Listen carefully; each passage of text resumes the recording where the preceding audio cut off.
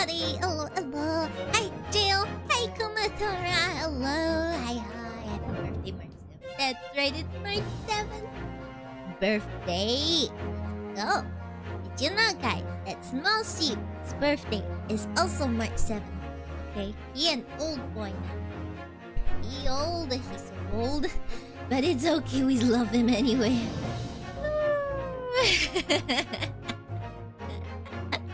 Yeah, hello everybody. Yes, okay. So I did get home in time. I did bathe, get home in time and all that. But also I needed some time to get things set up, you know, make my thumbnail, write the title, everything, get settled in, and get the game started. So thank you guys for waiting. We can start. Hello Ruka, hello, welcome in. Today we have a drink. We have no... Okay, so we don't have a snack. I mean, there's a snack also. I might get it later. But we do have a drink, okay? Recently, Starbucks released this pistachio oat milk latte. And I got a tall. I got a tall size version of it, and it's actually really nice, okay? And before you ask, yes, I ordered decaf because I would like to sleep at some point tonight, but it's really nice. Let's defend Otto. Who's Otto? Who's Otto? Okay, let's see. Yes, alright. So, without further ado, let us continue. Okay, to the Karma and his last round. As usual, I'm going to open the strategy wiki because I ain't got time to jump around too much. I believe we finished this one. Alright, so next one would be the investigation of part 2. Okay, so let us just see how this goes. Alright, let's go, guys. So episode 4. Just the Karma and his last bow investigation part 2. Yes, let's start. Yay! I'm so excited. We're back here again. 2nd November, 3:38 p.m. Shom's suite. I still can't quite believe what just happened. No, I inquired with the bailiff after the court session was adjourned. And it seems Mr. Vigil was taken to hospital to recover. Right. Yeah, the previous time, remember he kind of fainted, you know? Okay, 10 years ago now.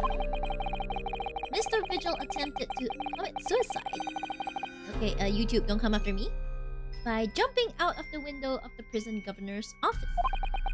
But ever since then, he's completely blocked the memory of those events from his mind.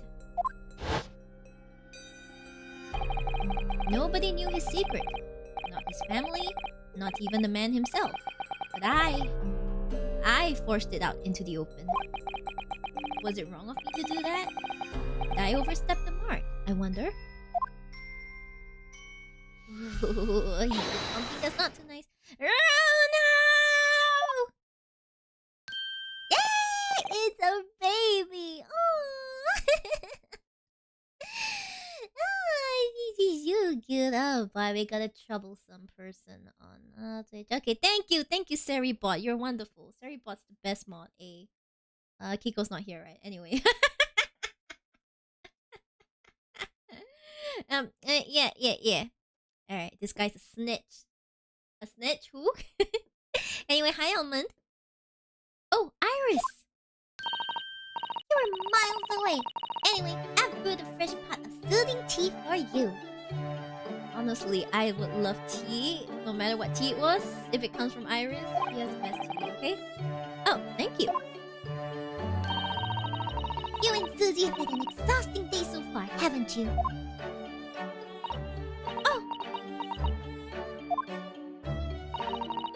Thank you, Iris. How thoughtful of you. Was not here? Alright, I know what I'm going to do today. You don't want to summon her, okay? You don't want to summon her. Please don't. Do you happen to know where Mr. Shobs is? When we came out of the courtroom back in the defendant's antechamber, he disappeared. Oh, No, I don't know. He just suddenly sprang to his feet and left. All he said was, "I must leave." I wonder if he's pursuing the mystery of Inspector Vixen's death. I wonder where he's going. Well, you know what Hurley's always saying, don't you? There are mysteries in this world that should perhaps never be solved. Dun, dun, dun. Like the mystery of how everyone seems to think he's a genius when he's not, in fact, that much of a genius. For the construction of a solution comes only at the expense of the destruction of something else. What does that mean? He knows very well that when you open someone else's old wounds, you often open your own too. He just can't take his own advice and leave well alone. Solving mysteries is too important to him. That's so true. But that's what I like about Hurley after all. I suppose that's a lot of a great detective in some ways. Ooh, hi, Kuro. Hello. Come in. So then, let's have tea. Then I'll give you a hand. Oh, do you have time, Iris? Dun-dun. Yes, finish this month's manuscript at last, with barely a day to spare before the deadline. Oh, I'm so looking forward to it! A brand new story to read in The Adventures of Herlock Sholmes. You know, I always hide Hurley's violin in the days before I have a deadline. You do? Poor Mr. Sholmes. Ooh. I'm gonna go to the bathroom with a candlelight and mispronounce the name of a certain character 5 times. Sure, you do you, Almond. I cannot guarantee your safety, though. I'm sure that's very wise, Iris. How sensible of you. Now then, thank you, fellow. Let's make a plan of action before we continue our investigation. Okay, so, what we got then? This morning's trial. So, how did it go in court this morning? Well, we still don't know the truth about what really happened, but one thing's increasingly clear. Lord Van Zeeks definitely didn't do it. Oh, goody! Yes, that's right. He managed to uncover several new facts as well. Oh, really? Why do you look so shocked? And there was another development too. Kazuma. Yes, it's quite clear now that Kazuma-sama is not himself. The way he's acting, it's almost as if he's possessed. Okay, honestly, I'm gonna be very honest, guys. If you're talking about the Ace Attorney series itself, if Kazuma really was possessed in some way or another, I would believe it. Okay, I would believe it. Like, have you seen the original trilogy? People literally got possessed as a sport. Possession was a sport in that game, so like, I'm just here like, well, I mean, you say it this way, I believe it. I know. I mean, at the end of the proceedings earlier, he was like a bloodhound the way he was chasing down Mr. Vigil's forgotten past. He's not normally so mercilessly persistent. That's like the miles in him right there. What's going on in his head, I wonder? I really need to sit down with him and try to understand what he's going through. He's like, that's my best friend right there, and I cannot understand what he's thinking. The Reaper's innocence? If Gregson really was murdered... No, if Gregson really was murdered the day before his body was discovered, then Lord Van Zeeks has to be innocent, you see? What? The day before? Well, that should be easy enough to work out just by examining the corpse, surely. Yes, you would expect so. But curiously, no time of death was included in the autopsy report. That is curious. There are still unanswered questions about Lord Van Zeeks, though, aren't there? Well, we don't know that much about that, to be honest. Do you mean... I mean, what was he doing there on Fresno Street that day in the first place? Well, according to the man's testimony, he said he was investigating Rickson, didn't he? And it turns out that little room was actually the inspector's office. Oh, that sounds like it has all the makings of a wonderfully devilish plot. But then, why was that notice board in there covered in all those particular papers? Papers about cases with a link to the Reaper. I'm starting to get a bad feeling about this. Oh dear. It sounds more like something horribly devilish. We must start by looking into Inspector Grigson's movements of late. Oh, Grigson's movement.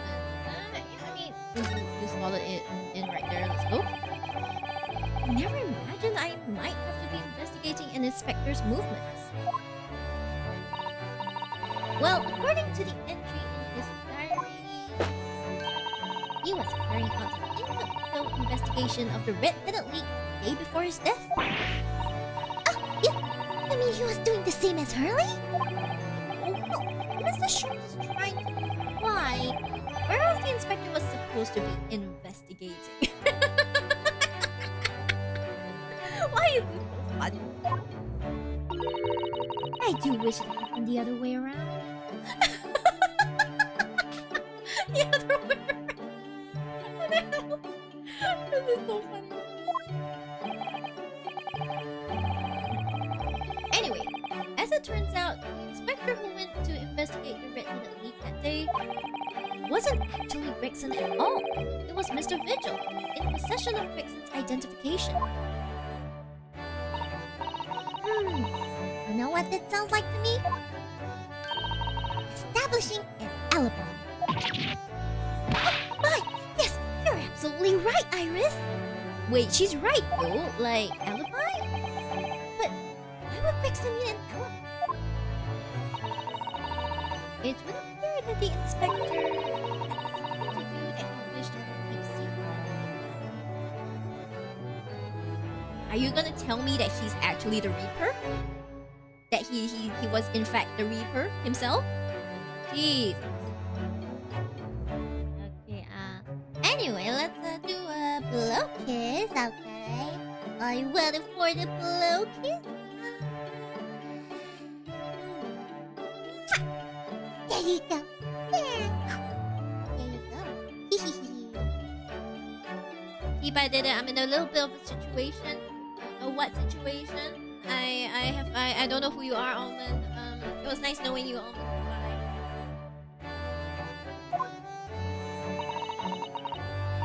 Hi, Pokemon 73. Hello. I don't believe it. I always thought he was just a harmless lover of fish and chips. He was obsessed with it, you know? But perhaps they were seasoned with something a little more potent than salt and vinegar. I think perhaps we should try to move away from food analogies. No, Susanto. Food analogies are perfect. I love them. Well, anyway, if Lord Van Zeeks felt the need to investigate Gregson, yes, I agree. We must try to find out what he knows. So we need to talk to him as well. Okay, so what about Mr. Vigil? We need to talk to Mr. Vigil as well. Vigil, you say? Isn't that the name of the lady who came to visit Hurley yesterday?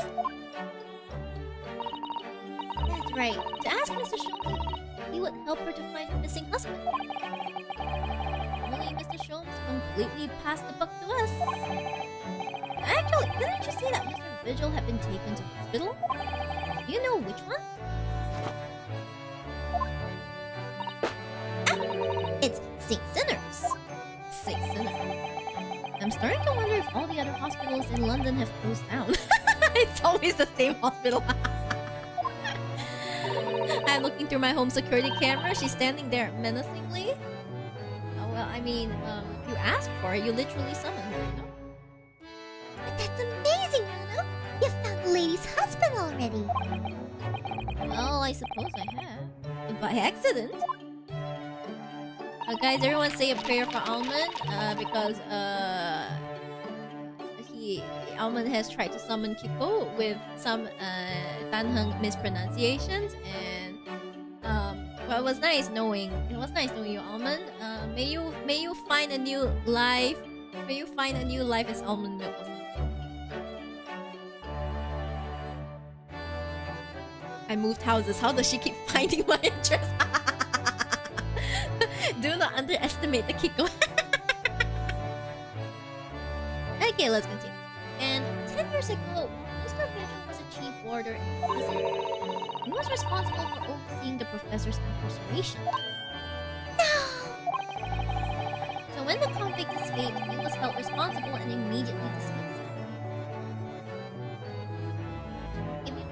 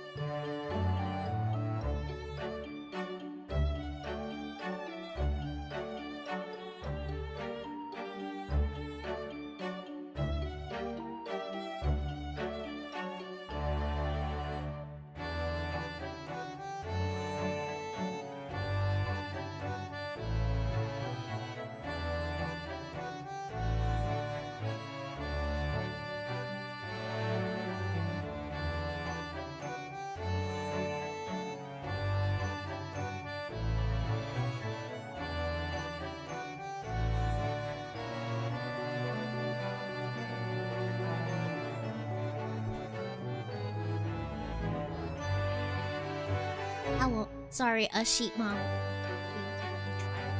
beverage. Her Starbucks beverage. Because she ordered like the new Sakura matcha latte.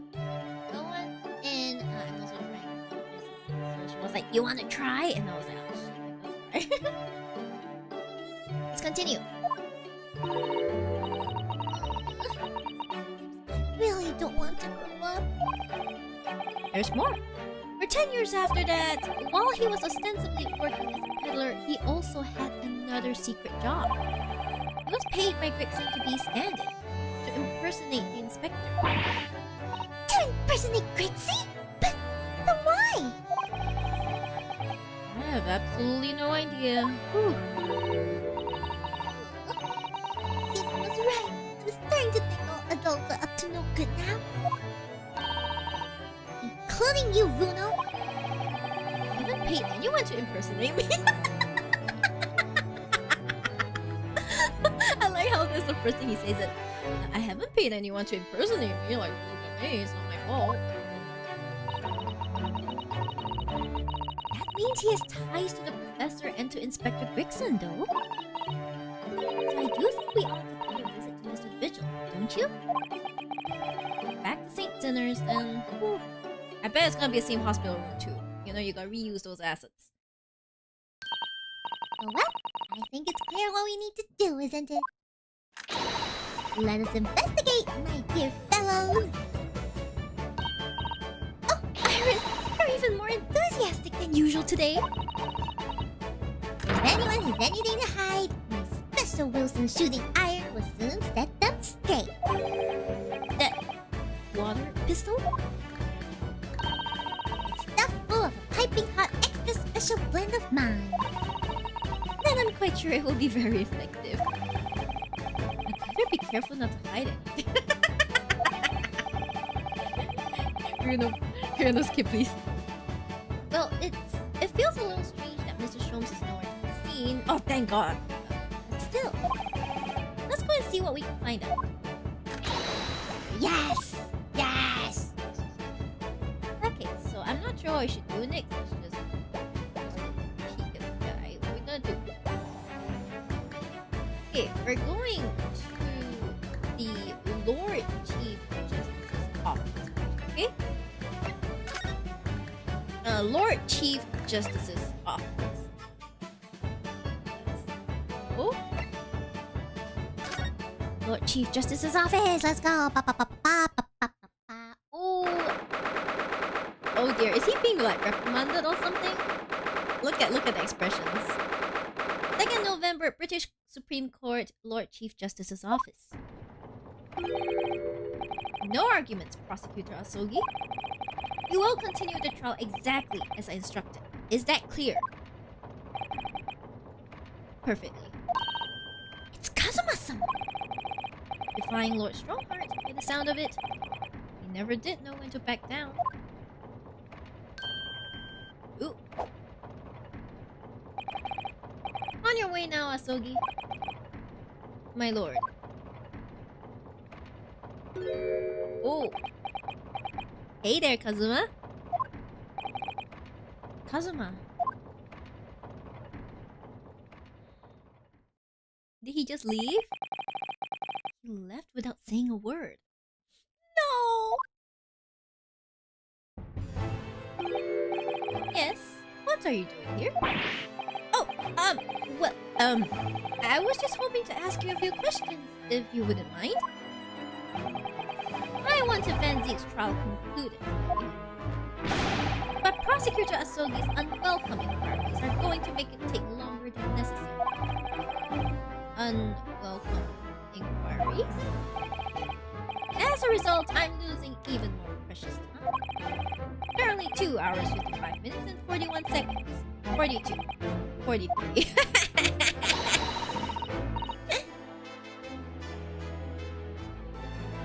Hey, Lauren, hi! Hold on. You see, but I think your voice could be a bit louder or less noise reduction. Wait, what do you mean less noise reduction or gain? Is it cause like my voice is getting cut off or something?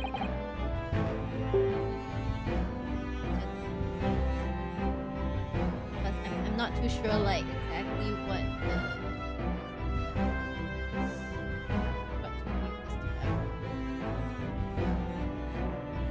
Is there anything is there any issue with my audio? But sometimes from time to time like the audio does get a bit off, so Oh, because yeah, your voice at points gets a bit cut off when too quiet. What do you mean when I'm too quiet? Like when I'm very soft? Like that? Is that really too soft? Or is it because like the game is too... Okay, let me... Okay, maybe you tell me if it happens again? Does it happen? Yeah, sorry about that. Thank you for telling me though, Lauren. I appreciate it. Yeah, I'm just a bit confused what I should. I'm just a bit confused like how I should fix it. Yeah, cause it's my mic settings are kind of like a one and done deal for me. Anyway, let's just continue for now, okay? Anyway, welcome in. Happy to see you. What was this? This week? Then we must resolve everything before 3 hours have passed. In a miraculous not even 5 minutes? What? Anyway, I can't let the man's obvious bad mood put me off. I know it can be tricky. Oh, it's so tricky. I hate something. Wait. I need information.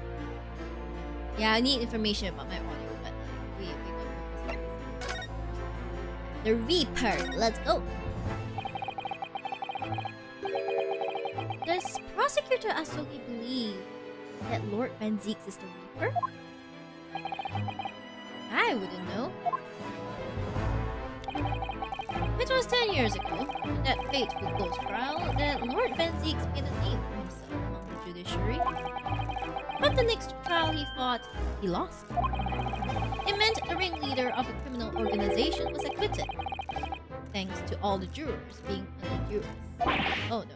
But that's awful! The man's freedom was short. It lasted just 3 days. Yes, let me see. He died in a rock flight at his place of work, I believe. James! No worries, if anything you can either be louder or the game lower and then that's it. Oh, I see. Okay. I mean, I think the game could be a bit softer. Yeah, it is loud. Let me see if I can control the volume of the game. Because I think this is one of them tricky games that I cannot control the volume on. Ah, for the love of... Yeah, I can only turn it on or off. On or off. On or off. Where's my slider? Where is it? Where's my slider? Never mind. You can try adjusting on the OBS.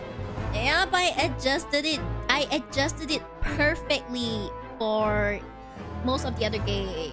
You know, now I have to adjust it for this game specifically. Okay, but is it actually too loud, the music? I know that my speaking voice now is definitely louder than the game audio. Oh no. Oh, is it? Okay. So as long as like everything is okay. Yeah, cause I set my game audio to be a standard 5 decibels higher than all the other audios, and my Discord to be 4 decibels lower than all the other audios. If you hear me fine, I think I'm willing to live with that. Yeah. Correct. That was the inauguration of the Reaper of the Bailey. And people believed Lord Van Zeek was responsible. He was brought to trial himself, but it was shown to have been an accident. So he must have had a solid alibi. Nevertheless, the mysterious deaths continued. In total, 16 persons perished in unusual circumstances, ostensibly at the hand of the Reaper. That's a long run of coincidences. Obviously, that's not a coincidence at this point, you know? Well, the Reaper's true identity may well be revealed by this trial. It's Gregson, isn't it? And the impact that revelation would have on the British public cannot be understated. Is that why it's a closed trial? Precisely. Okay, closed trial. Gotta explain a bit more. This country hasn't seen a closed trial for 10 years. So the last one was the professors, the trial of Genshin Asobi. Hi, May! Hello! Oh my gosh, it's so May! Hello! Asia May! Hi, May! Unfortunately, we'll only get to the nice ship everyone wants me to see episode, but for now, we're gonna complete this investigation. I hope you've been well, May. Correct. Actually, we heard that originally you were going to prosecute that trial yourself, Lord Strongheart. Van Zeeks entreated me to relinquish the prosecution to him, that he might avenge his brother's death. And here we are, 10 years later, with the son of the man Van Zeeks had condemned, now looking to avenge his father's death in the same way. Ooh. Mimi, today's great, not lost at work this time. Oh, great. Thank goodness. Yay! Well, it's okay. You can have a great weekend, May. Yay! They do say that what goes around comes around. However, it would seem that the new young prosecutor is harboring some ulterior motives as well. Is, I like my organization to run smoothly in the exact manner that I prescribe. As with the giant clock in here, I won't tolerate a single clock being out of step with the others. We're gonna later find out that you are the clock out of step, huh? So that's what all these years are about. Can you imagine how noisy it is to work in this office? If the young man refuses to mesh with the other parts of my great machine, I will be forced to take steps. What do you mean? He's gonna get deported. Not something with which you need concern yourself. In any case, all your questions will be answered tomorrow. Now,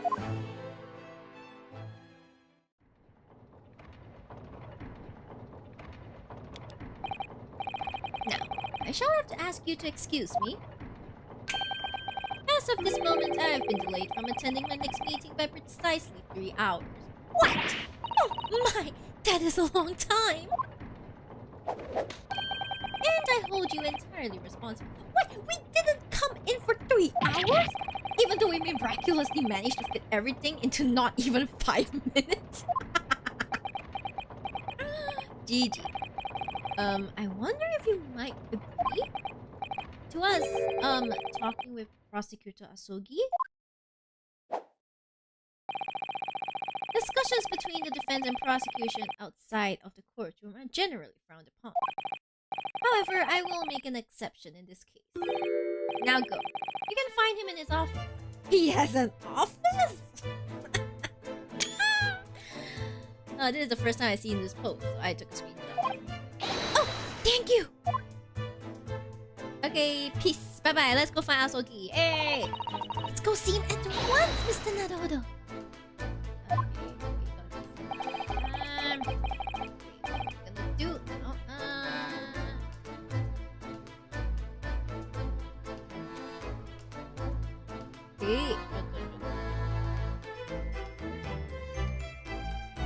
Oh my gosh, so I looked at the strategy. I'm kind of like glancing at the strategy wiki and I'm trying to like I'm trying to like figure out what I'm supposed to do. Okay, I think we won't see Asogi quite so soon yet. Okay, we'll just follow the order, okay? We gotta go to the prison. We gotta go to the prison first, okay? Kazuma's my best friend in the world, but I'm really not at all sure I know how to talk to him at the moment. We'll talk to him later. A new location has been added. Prison.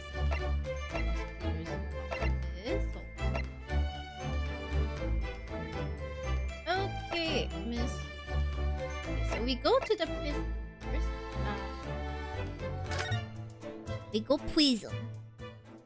It's time to see Princess Van Zieks. Let's go. 2nd November, local prison, cell 1. Hi, Van Zieks. Lord Van Zieks is reading. Look. He doesn't seem like he wants visitors, does he? But he must have noticed that we're here, surely? Of course he's noticed. He's just ignoring you. Lamal? I know, money. Hello. She can't believe you're not done with this case.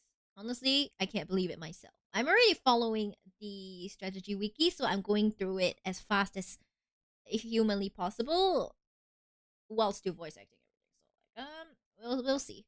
I believe we can wrap up this episode by tonight, though. Oh, finally the princess talks to us. What do you Nipponese want? There's no way to greet the lawyer who's trying his hardest to prove your innocence, is it? Well, isn't he just charming? Perhaps not.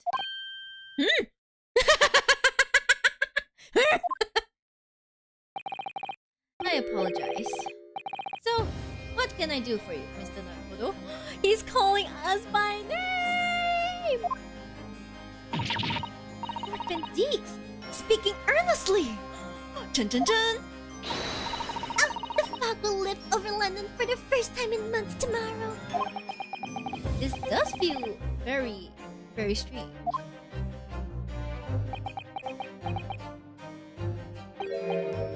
I must say, I was impressed. Oh, well, thank you. Not by you, by your fellow Nipponese, your prosecutor friend. Oh, I see. Yes. It's sardonic, don't you think? For a man such as me, so loathing of the Nipponese, to be entirely at the mercy of the two of them. I mean, what goes around comes around. Roasted, lol. I suppose it's retribution for having played the part of the Reaper all these years. Played the part? Sir, you gotta explain more, please. Okay, the Reaper's identity, what do you know? You once told me that you gladly allowed people to believe you were the Reaper because it helped reduce the amount of serious crime that took place in London. If keeping quiet and playing the part benefits the cause I myself am committed to pursuing, then why would I choose to say anything? But the henchman of a criminal killed by the Reaper attacked you only the other day.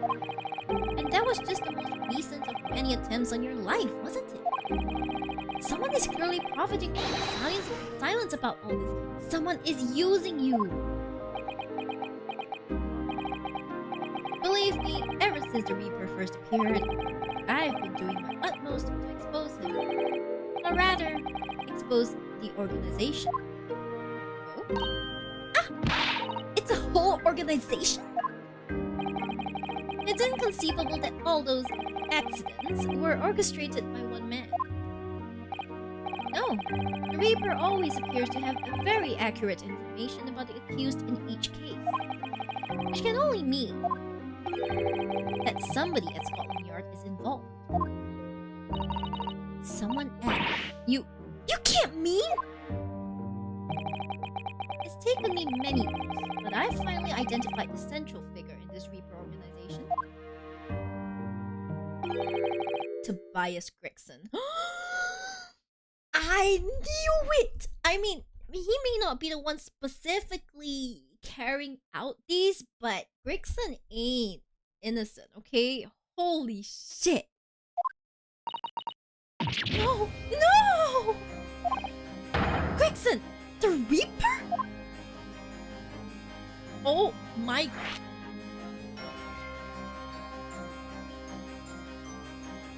The hell? Excuse me?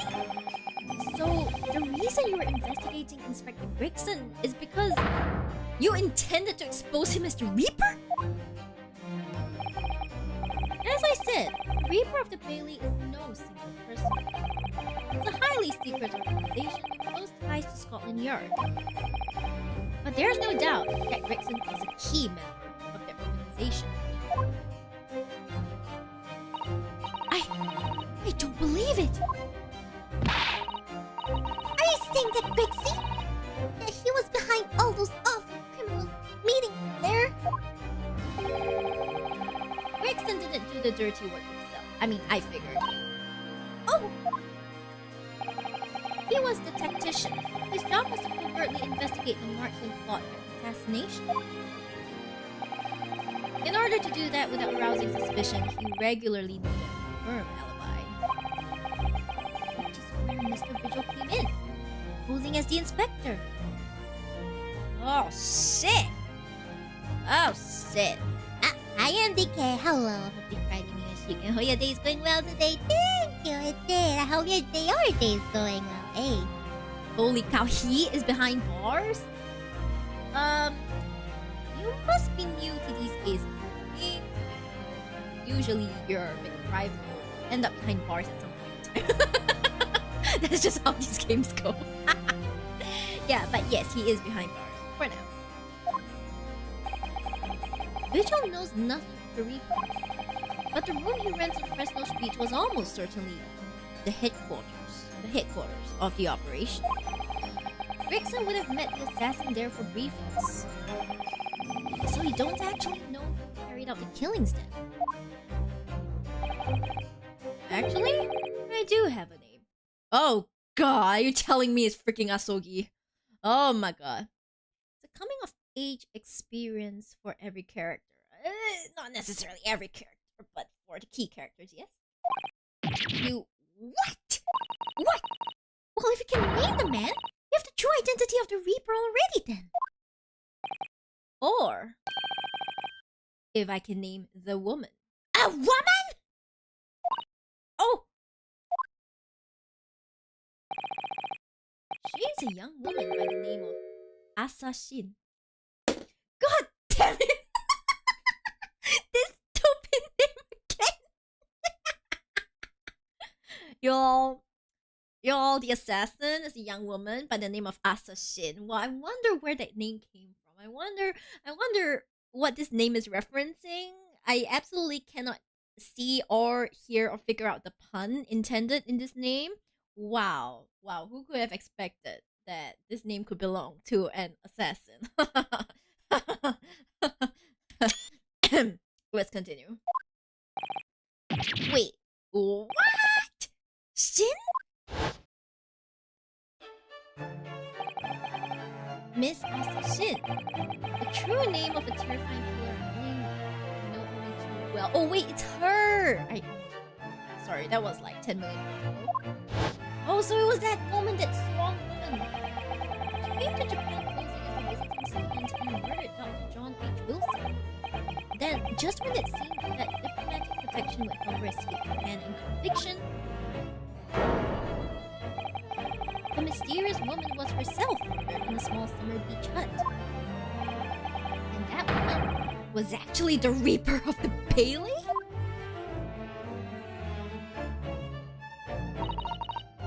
Mr. Naruto, this perhaps isn't the place to discuss... No, of course not. You can't mention it here.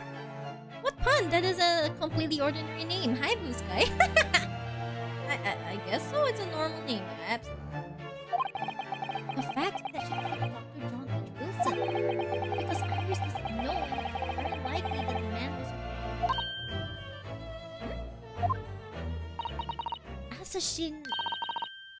I should let father know at once. Yes, I agree. Okay, so about Prosecutor Asogi, you said that you respect him, right? Kazuma, isn't it? Kazuma Asogi. You say he's a friend of yours. My best friend. He's the whole reason I got to come to Britain. It was all on his behalf. I have nothing but respect for him. Yes, I understand that only the very best students are selected for such opportunities. Hey, Root! And I had a fine demonstration of how sharp he is in the proceedings earlier today. He missed nothing. In fact, his flawless performance very much reminded me of his father, Genshin Asogi, the professor. It's true that the aristocracy at the time was the root of numerous grave societal problems. They were abusing their power, playing with the common man with his pawns in politics, in economics, in war. In many ways, Asogi was carving out a canker from a society that we British couldn't deal with ourselves. Canker? What is a canker? What? No, it sounds like a swear word, man. What's canker? Canker. Canker. Okay, canker. A destructive fungal disease of apple and other trees that results in damage to the bark, or an ulcerous condition or disease of human organ. Canker. Oh, okay. So carving out like the disease, the ulcer, the whatever we call it. I see. But that's precisely why it makes no sense. Clint Van Zeke was a noble and upstanding man. He wasn't corrupt. Why did the damned Nipponese have to go and take my brother's life? In spite of having once saved mine. Oh! He saved your life? How did that happen? Dun dun dun! Oh boy! More revelations to come, guys. Sit tight. It was 10 years ago on a foggy night. What was to be the professor's final strike had sent a wave of panic through the capital. So Clint Van Zeke had already been killed at this point. Genshin and I were walking down some back streets at a late hour. Of course, at that point, I had no idea of the true nature of the man at my side. All of a sudden... Oh. Don't make a peep! You're coming with us! Oh, what's going on? Oh! We were surrounded! Ooh!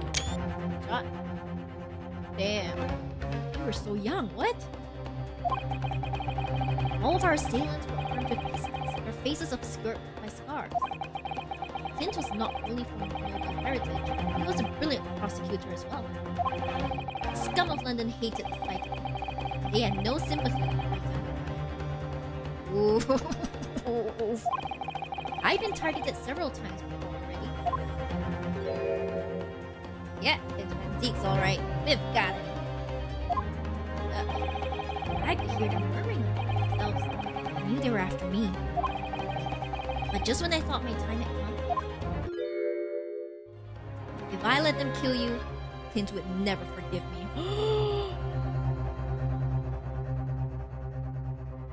Oh my god.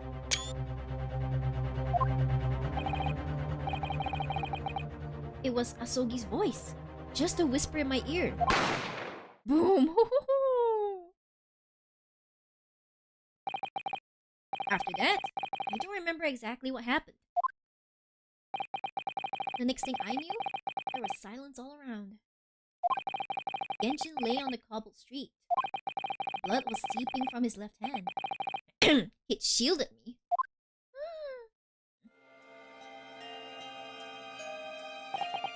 2 days later, they arrested him.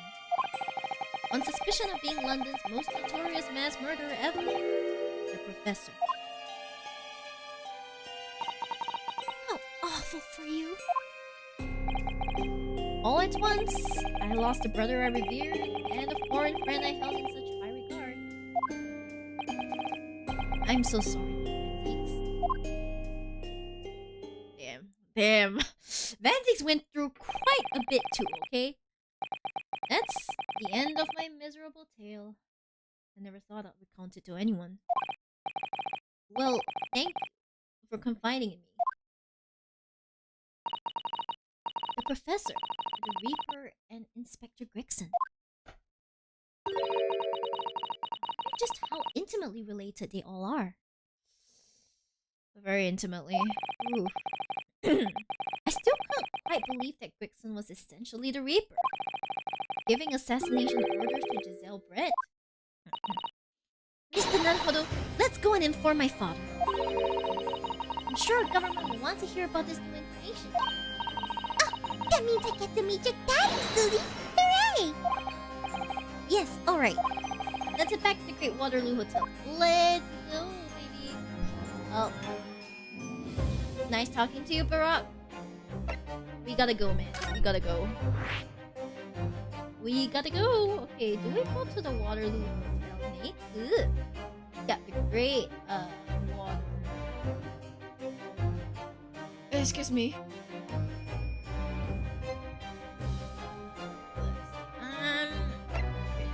Going to the Great Waterloo Hotel. Lock in time? The what time? What lock in time? What? Hi, Mio. Hi, Fade. Hello. I hope you've been doing well.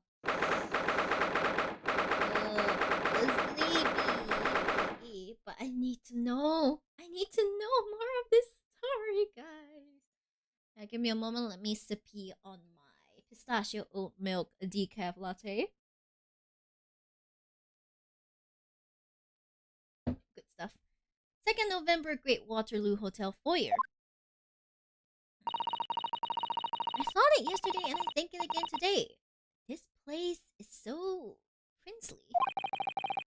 It's a wild guess, but I have a feeling you'll think the same tomorrow too. You are so snarky, Runosuke. My tea has a finer fragrance than whatever they're serving in the tea room here, though. Wouldn't you say? Ah, look who we have here. This is an unexpected pleasure.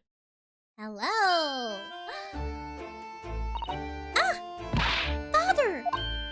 Oh, is this your daddy, Susie? How lovely! What a charming young lady. And you are? Ah, really? So you're the author of The Adventures of Sherlock Holmes, are you? Of course you knew that already, Mikoto-ba. Holy shit. That's me, Iris Wilson, at your service, sir. Susie's been such a wonderful friend to me over the last year, you know? Well, Miss Wilson, I must say I read your work regularly and with much interest. Iris actually lives with Mr. Sholmes, you know, Father. Is that so? Well, perhaps that goes some way to explaining that bright look in your eyes. Oh, she's so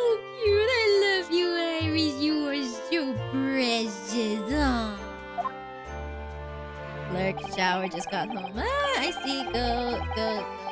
Get clean. You wouldn't be smiling so early if you knew just how bright she is, believe me.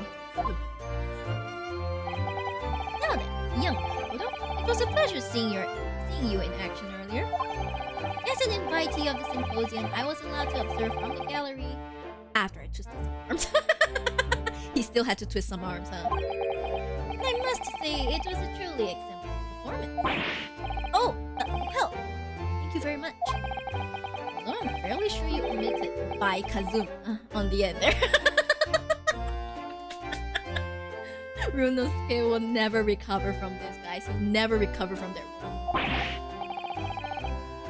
No. Please don't misunderstand. It was you who was impressed. Really? You didn't miss a step against Kazumi, and we all know how capable he is. Really, to have matured into such a fine defense lawyer in less than a year is quite extraordinary.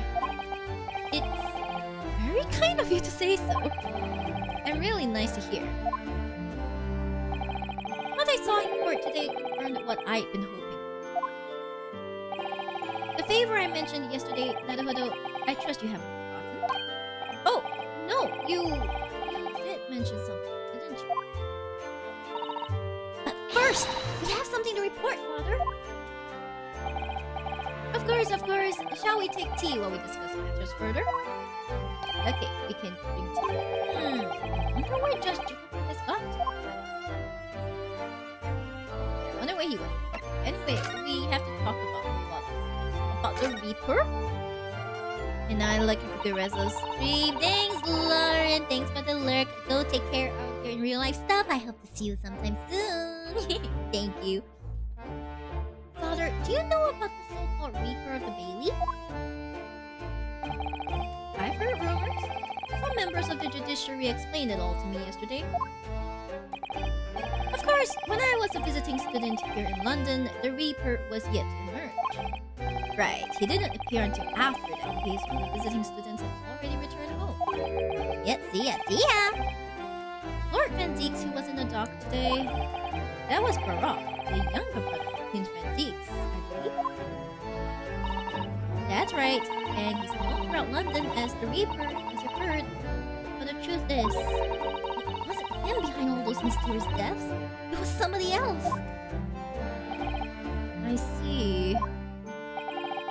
So what you're saying is, there's been a professional killer at work here? Exactly. Someone by the name of Assassin, in fact. I beg your pardon? Did you say Assassin? You mean that Giselle Brett woman who was responsible for killing my great friend? Oh no! A friend of yours was killed? Professor Mikoto, I think perhaps we shouldn't discuss this right now. Because the friend the professor is talking about is Dr. John H. Wilson. Yeah, it's a bit awkward. And that's not something you want Iris to find out about. Not like this, anyway. Yeah, so, I mean, we'll still talk a bit about it, but not in details. I've just remembered something! Biscuits! At this hotel, it has the most delicious looking biscuits! That was rather out of the blue. She's doing this deliberately. I think I'll go and see if I can purchase some. I wonder, would you like to come to Iris? Oh, yes! You just try to leave me behind.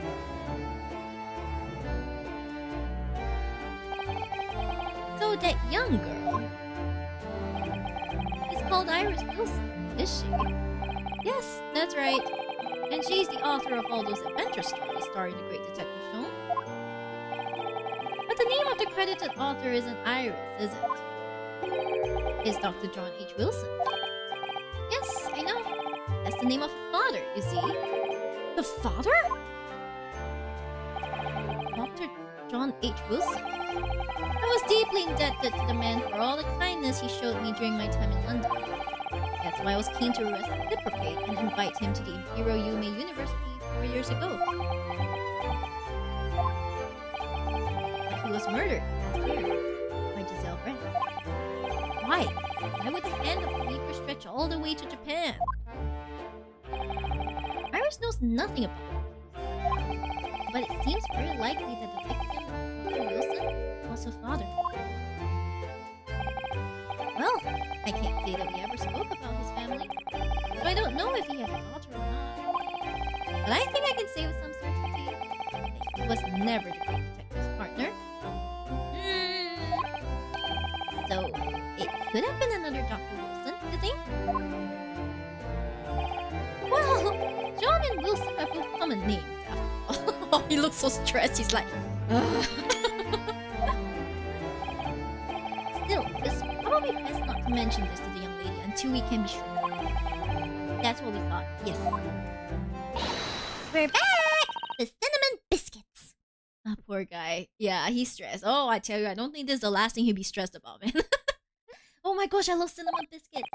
Ooh, they smell delicious, Iris. I think cinnamon would go very well with the tea they serve here. Don't you, Susie? Yes, I'm sure you're right, Iris.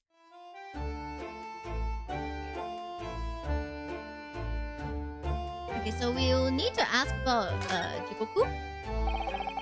I haven't seen a Judge Jikoku for a while. Have you?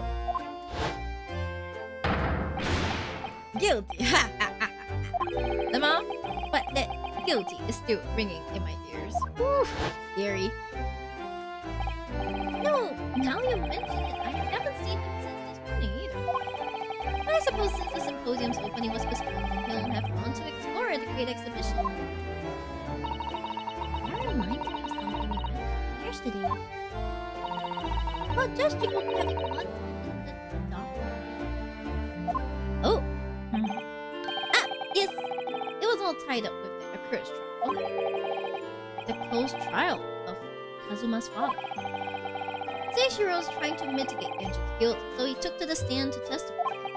But he got a little carried away and, actually managed to break the witness stand. He broke the witness stand! Do you know how strong that thing is?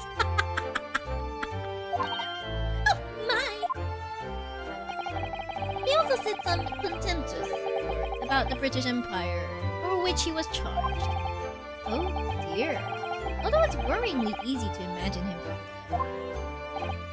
Well, it was all alright in the end. He was acquitted and we returned home to Japan together. Thank goodness. Ah, yes, talking of Seishiro... Yeah, I have a copy of the photograph we all took together here yesterday. Please. Oh, this is so cute! Oh, what a lovely picture! Certainly seems to shout. We've arrived in Britain. Aw, that's so cute. Okay, this is gonna come into play later. Oh boy. None of us had any idea what was coming when we took that, did we? No. No, that's not true. Okay, so what about the favor? I already forgot about the favor, by the way. Please don't expect me to remember. So, you mentioned a favor that you'd like to ask me. Well, this fateful trial that you're fighting, one way or another, it will be over before long. And when it is, I'd like you to accompany me back to Japan. You want me to do... What? Father! What's the meaning of this?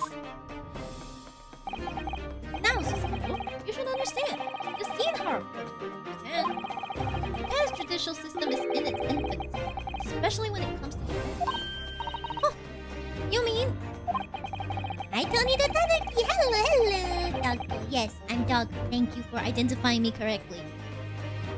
The Supreme Court of Judicature is in desperate need of a good defense lawyer. As soon as possible. Really, quite urgent, in fact. But I've not even been in London a year yet. I've read all of Sasato's report. I'm well aware of your extraordinary talent. And having seen you in action with my own eyes earlier today, there's no question. You, Naruhodo, are precisely the man our country needs. Dun dun dun! Oh! Are you sure you're not saying it because you can't have Kazuma? Like, are you really juicing us up? You know, rizzing us up? Like us specifically? Don't worry, I just discovered your channel. Why don't you stay and find out? Hey! I mean, I could tell you who I am, but then you probably wouldn't get like the best idea. You know? If you are trying to see my content, maybe you might want to stay and see like how I vibe. Okay? Yes, I'm a Shiba VTuber. Welcome!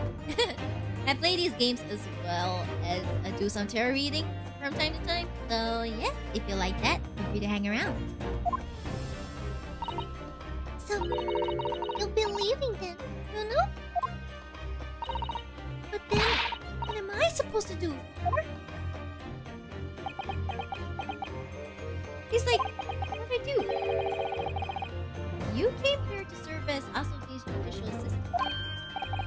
Oh, yes, she's supposed to be Kasuma's assistant. Our government is still in the process of deciding how best to deal with the situation.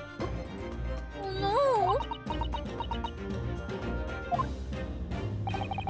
You've always chosen your own path, Sato.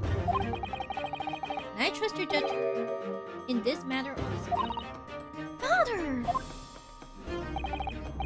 Please, the pair of you, don't look so downcast. It's merely a suggestion, you understand. A hope, if I'm forced. But I won't force you. All I ask is that you consider. Come to a decision by the time this trial completes. Yes, alright. He's really there like, by hook or by crook, I'm bringing back a defense lawyer to Japan. I don't care which one of you, I'm bringing back one of you. It's so funny how... You won't leave, will you, Uno? It's so sad! The thought hadn't even crossed my mind. Until now, I've just been trying to do what I believe to be Kasuma's will. But it turns out, he's still alive. So, where does that leave me? Jun Jun? Where does that leave me? No! What is this? Look at this! Oh my god! Help! What a revelation, though. Well, if you excuse me now, I need to telegram government ministers and the Japanese police with this information. Of course, Father. Thank you. I look forward to next month's installment, Miss Wilson. Oh, good. And please, do come to Baker Street sometime, won't you? They'll love to entertain you. I would be delighted. The best of luck for tomorrow, Naruhodo. And give my suggestion your full consideration, won't you? Yes, I will. Going back home?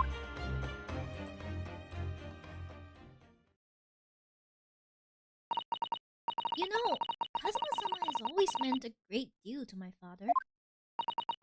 I'm sure he'd love the chance to meet with him and talk to him about all of this. Yes, no doubt. Asashi. Of course! It's so obvious! How could I have neglected to consider the possibility before? Finally! You show your face, huh? Jones, you finally show your face, huh? Mr. Jones? Howie! Where have you been? Why, I joined you all for tea, of course. What an extraordinary question. You came right after all the drama has concluded, seriously? I didn't notice you at all. No matter. Anyway, to more pressing concerns, Mr. Naruhodo. Oh, yes? I must dispatch a telegram to your country. It is a matter of much urgency. To Japan, you mean? Tell me, to whom can I entrust the task? Quickly now, who? What? My father has just now left to send a telegram to the Imperial Police and himself. I see. Well, he looked reliable enough for a bearded fellow. I don't think what father's horse could be considered beard, Mr. Sholmes. There's not a moment to lose. Kindly ask your trusty unshaven father to see this is... I will, but... What is it? No questions at this time, if you please, Mrs. Sato. All we can do is pray. Once my deduction is alright. Your deductions are always alright. Doesn't have me a deduction at all. Oh my god. Guys, you just see this? Doesn't that imply that your deductions are normally correct, Mr. Sholmes? Which isn't exactly.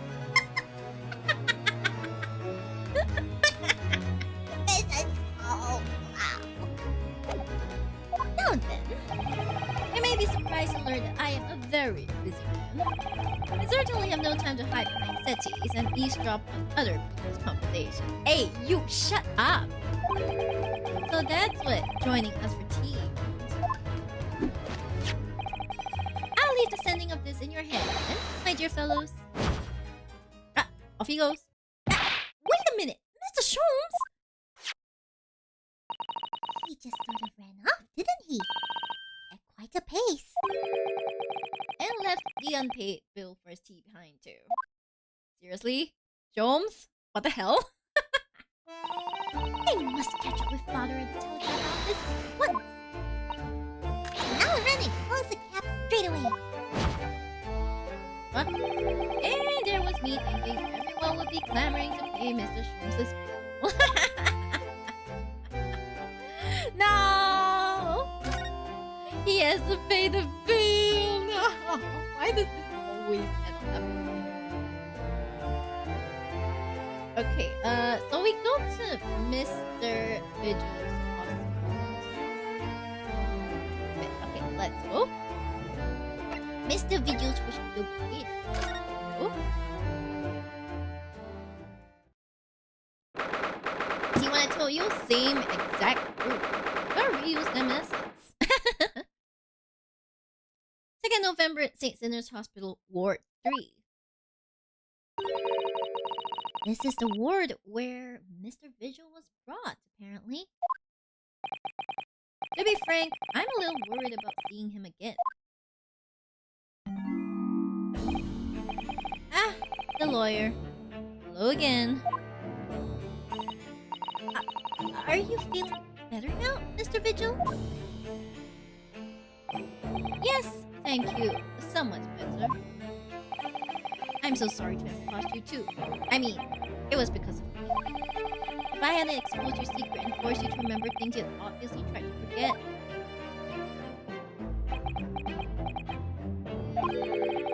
The prosecutor was here until a few minutes ago too. You just missed him. Oh! Kazuma beat us to it. He said much the same as you. He was very apologetic. But the truth is, I brought all this upon myself. Please, don't think like that. Keeping it from Evie, my wife, all these years, I've carried such a sense of guilt. But that's not the worst of it. Over time, I obviously came to deceive myself as well. You mean about your dismissal? Looking back now, I'm beginning to think that perhaps Inspector Dixon didn't stumble across me by accident at all. I mean, he compensated me so generously for acting as a stand-in. He was clearly concerned for my well-being and doing what he could to help. So perhaps Dixon knew exactly what had become of Mr. Vigil all along then. I'm sure this is just desserts for 10 years of lies and deception, but... It wasn't me that helped the professor escape 10 years ago. It wasn't me! I swear it! I swear it's true! This is something he's decisive about, which is pretty cool. Oh, Mr. Vigil! Sorry, did I miss anything? I'm sure you'd rather not dredge up even more from your past at this time, but if possible, could you tell us exactly what really happened? I want to. I need to get all this off my chest. I just want someone to tell me what I should have done. Oh, we could talk it out. Come on. Grixon's request, okay? Inspector Grixon was obviously engaged in a special operation of some sort.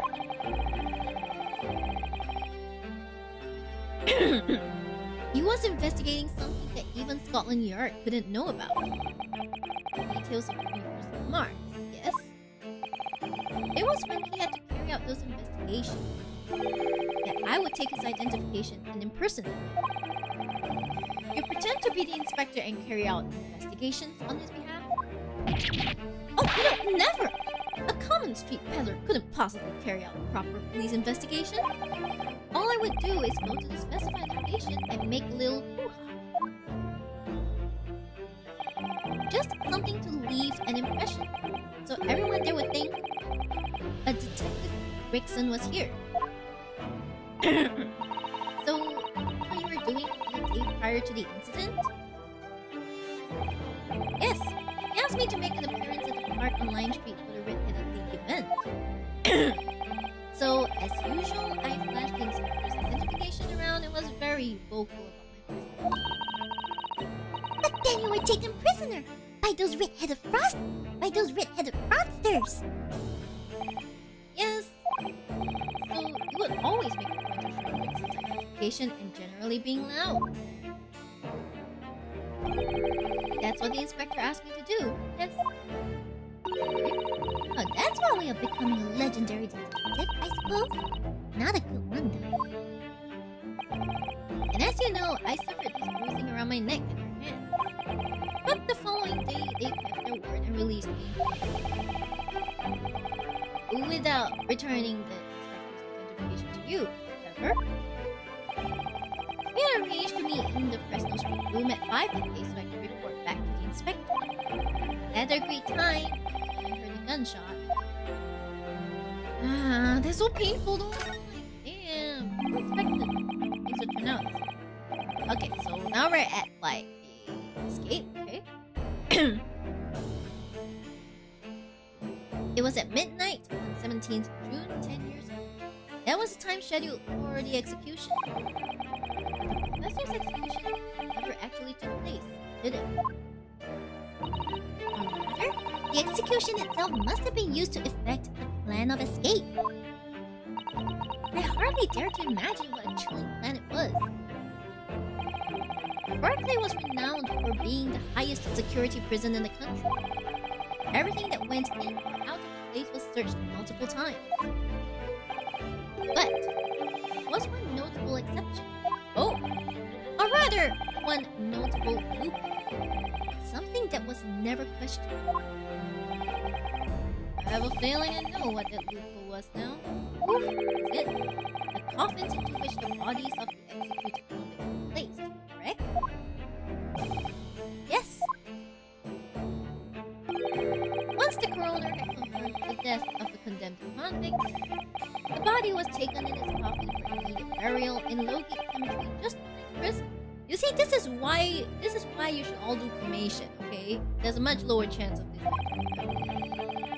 The chief warder first had to sign the necessary papers.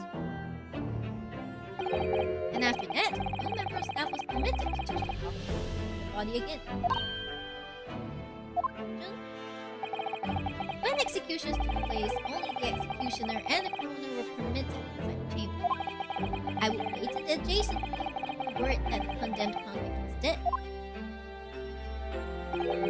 On that occasion, once I had the confirmation, I went into the mortuary to find a lone coffin, as usual. The procedure was that I would sign a paper, having checked the coffin, then nail it shut. But for some reason that day, the coffin was already nailed shut. Huh? No! I didn't think anything at the time. I assumed that my deputy must have checked the coffin and nailed it shut before I arrived. So, you mean the coffin contained...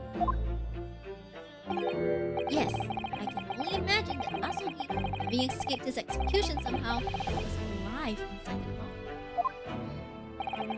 The coffin was then taken out through the main gate and deposited in Low Gate Cemetery. Presumably there wouldn't have been enough air inside. So in the early hours following the burial, somebody dug up the coffin again to set Genshin free. But in the end, he was fatally shot in the graveyard anyway. Yeah, so he eventually he didn't like escape, you know? So that's kind of a sucky thing. There was so much effort put into his escape, but like anyway, yeah. Why is there a stain on my glasses? My glasses? It's stained. Excuse you? Give me a moment. My pen. Okay. Hi, I'm back. Hi, Dinky. Hey, Dinky. Hello. What on earth really happened in Low Gate Cemetery that night, I wonder? I'm afraid I really don't know. All I can say with certainty are two things. Asogi couldn't possibly have escaped that way without help from somebody working in the prison. And that somebody was me.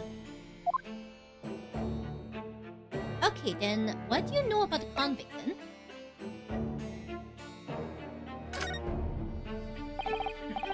Obviously, you knew the man then. The professor, I mean. Genshin Asogi. Yes, I remember him well, in fact. Would you mind telling us what you know? Well, having been condemned to death as he was, any contact I had with the man was short, obviously. After that trial, which was carried out behind closed doors, attended only by elite members of the judiciary, it called for its execution to be carried out at the earliest possible opportunity. The outcome of the trial was set from the beginning, wasn't it? It was a time of delicate diplomacy, when Britain and Japan were in the process of signing an important treaty. That meant that this potential destabilizing case had to be dealt with swiftly and discreetly. The man had less than a week to total. As I was the chief warder, I saw a short stay in the cells until his final. I remember being struck deep by his noble character and incredible resilience. What do you mean exactly? Oh. He was a killer of many men. He was always quiet and polite. He was a gentleman and a man of intellect. In fact, I couldn't bring myself to believe what he'd done, so I asked him one day, those 5 members of the aristocracy whose lives were taken, were you really responsible? Oh my gosh, he actually freaking asked!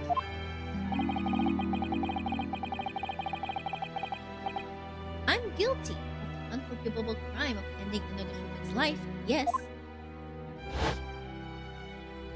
The following day, the closed trial took place, and the verdict was no surprise. Guilty. That night, when he was brought back to his cell, I saw something unusual. Oh, what do you see? Something unusual? What? The last will and testament of Genshin Asogi. He wrote a will? What? Excuse me? As I said, it was on the night in his trial after he'd been found guilty. I was doing the rounds of the cells, and when I looked into Asogi's, I noticed that he seemed to have a sheet of paper in his hand. Ah, his last will and testament then, presumably. As soon as he noticed me, he hurriedly shoved it behind his back. Why did you find that so unusual? Isn't it normal for a man to kind of feel when he knows his death is nigh? Yes, that's true, but there were special conditions to Asogi's incarceration, you see? What sort of conditions? Well, even though he was held in a cell designed for condemned inmates, he he was allowed to keep his personal effects of him, with one exception. Really? He was allowed his things? That is unusual, certainly. Of course, he had been convicted of killing 5 members of the aristocracy, but at the same time, he was a guest in our country from the Empire of Japan. The powers that be were determined that his final days shouldn't be needlessly uncomfortable. Okay, fair. And what was the exception you mentioned to the personal effects he was allowed? Like, he wasn't allowed writing material, was it? That's the point. He wasn't permitted to have writing materials. Aha! So he couldn't write anything. Specifically, no pens or paper. So he was prevented from leaving any written record of what had happened to him?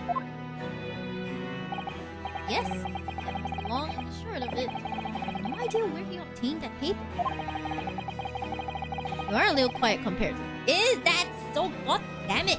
Okay, give me a moment. Let me just... Jesus.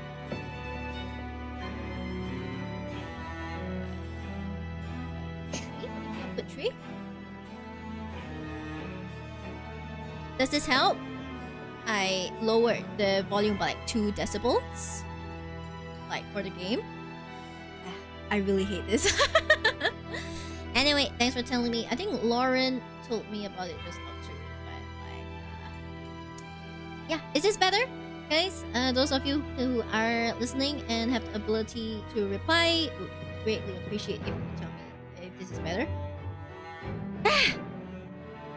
I did lower it by 2 decibels. Previously, I raised the game audio by 5 decibels. Now it's at 3 decibels. Please tell me it works! Please! I hear it better. Okay, okay, got it. Thank you, thank you. Thanks, Blue Sky. Any writing materials would have been confiscated from him upon his incarceration. As I said, he hid the paper behind his back and then he pleaded.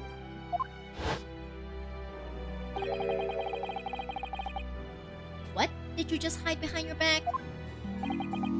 Please, please, turn a blind eye. This is my lifeline. But you know it's against the rules. You're the only person who's seen. If you just agree to keep quiet... Alright then. But what's on that paper? The last will and testament. This will is the only weapon I have left now. It was either you were quiet or you were leaning away from the mic, so some things seem to be drowned out. I see, okay. I mean, I'm mostly close to the mic, unless I'm like, ah! I see, thanks for telling me. I hope the rest of the stream is still fairly okay. Yeah, because some people are like, yeah, it's okay. Some people are like, nah, it's not okay. So I'm just here like, so which is it? Alright, let's continue. How can a will be a weapon? So I decided to pretend I'd seen nothing, and I let him keep his will. But then later, it just seemed to vanish without trace. What? What do you mean it vanished? It would seem that isn't the end of the story of this mysterious will. Okay, so that means no one found it. I was the only person who saw Asumi's will, but somehow it disappeared. It was after Asugi's execution. Quote-unquote execution, though. Which was actually an elaborate jail. The warders gathered up Asugi's possessions that were in his cell. They were all to be sent back to his family home in Japan, you see. To poor Kazuma-sama. And you're saying that it wasn't anywhere to be found among his personal effects? The will, I mean. That's right. Though I didn't search through them myself. But Governor Caden was livid. He was screaming. It can't have disappeared completely. That doesn't quite make sense though, does it? In what way? Well, I understood that only Mr. Vigil was aware of the will's existence. In which case, how did the person governor know to look for it? Oh yes, you're right!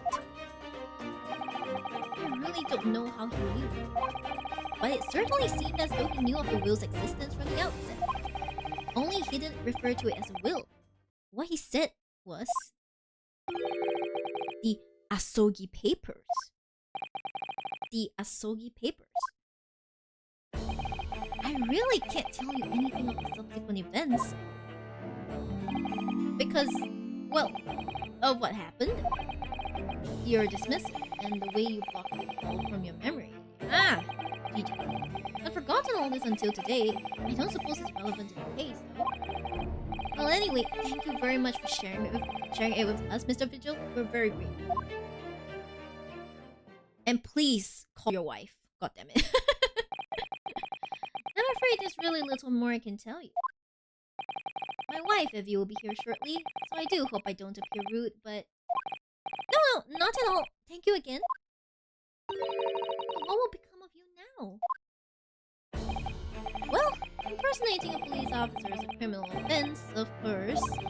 I imagine that once I'm fully recovered, I shall be arrested. I'm so sorry. Don't be, please. This was all my own doing. I always knew that this day would come. Well, I wish you well. Goodbye, Mr. Vigil.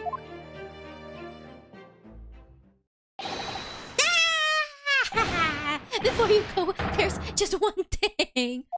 Calm the hell down. Oh, yes? What is it? The Asogi papers. Huh? I'll be very grateful if you make no mention of the thing I told you about them. Presumably for some good reason. It's my understanding that their very existence is a closely guarded secret. If it became known that I remembered, well, it could be rather troublesome, I think. I understand. Oh, this isn't going to be a last we talk about it though. Some sort of will that Genshin Asogi penned just before his death, which the man himself claimed was his last weapon. I wonder, perhaps it had something to do with his plan to escape. If there's anyone who might know more about a document that Kazuma's father left behind, it would be Mr. Vigil's governor. The Vigil's governor. Oh. Then we know precisely where we must go, back to Barclay Prison. He did tell us, like, oh, he did tell us never to go back, but you know, we gotta. Oh well. Okay, let's go. Let's go to governor's office. Blah blah blah blah blah blah blah blah blah blah. 2nd November, Barclay Prison Governor's Office. Yeah, he ain't happy as yes. Oh, back again, are you? Yes, hello. Just saying, I'm not good at doing a Scottish accent, so please don't expect any grand things out of me. I've heard all about your investigations. I read the report just now. You found him, eh? Did you? Yes, luckily. Well, anywho, the laddie does not work here no more, so your case is not to do with Barclay. I wouldn't like you to get the wrong idea about that. Of course, yes, Mr. Vigil stopped working here 10 years ago now, so... Yes, Christina's dismissal notice, haven't we? He was given the chop. Aye, Kimmel, you can very well. So how about we handcuff this? Oh, they really are like little handcuffs, and as hard as irons too. So, what's brought you down here today? Well, there's something else I'd like to ask you about, actually. Is that so? We believe there might have been a document that disappeared from Genshin Asogi's cell. I think it's been called the Asogi Papers or something. He's going to, like, break everything, man. Did I not say Gregson death is not to do with things that might have happened at Berkeley? Leave the past in the past, lady. There's no food to a bull with irrelevant details. His expressions changed completely.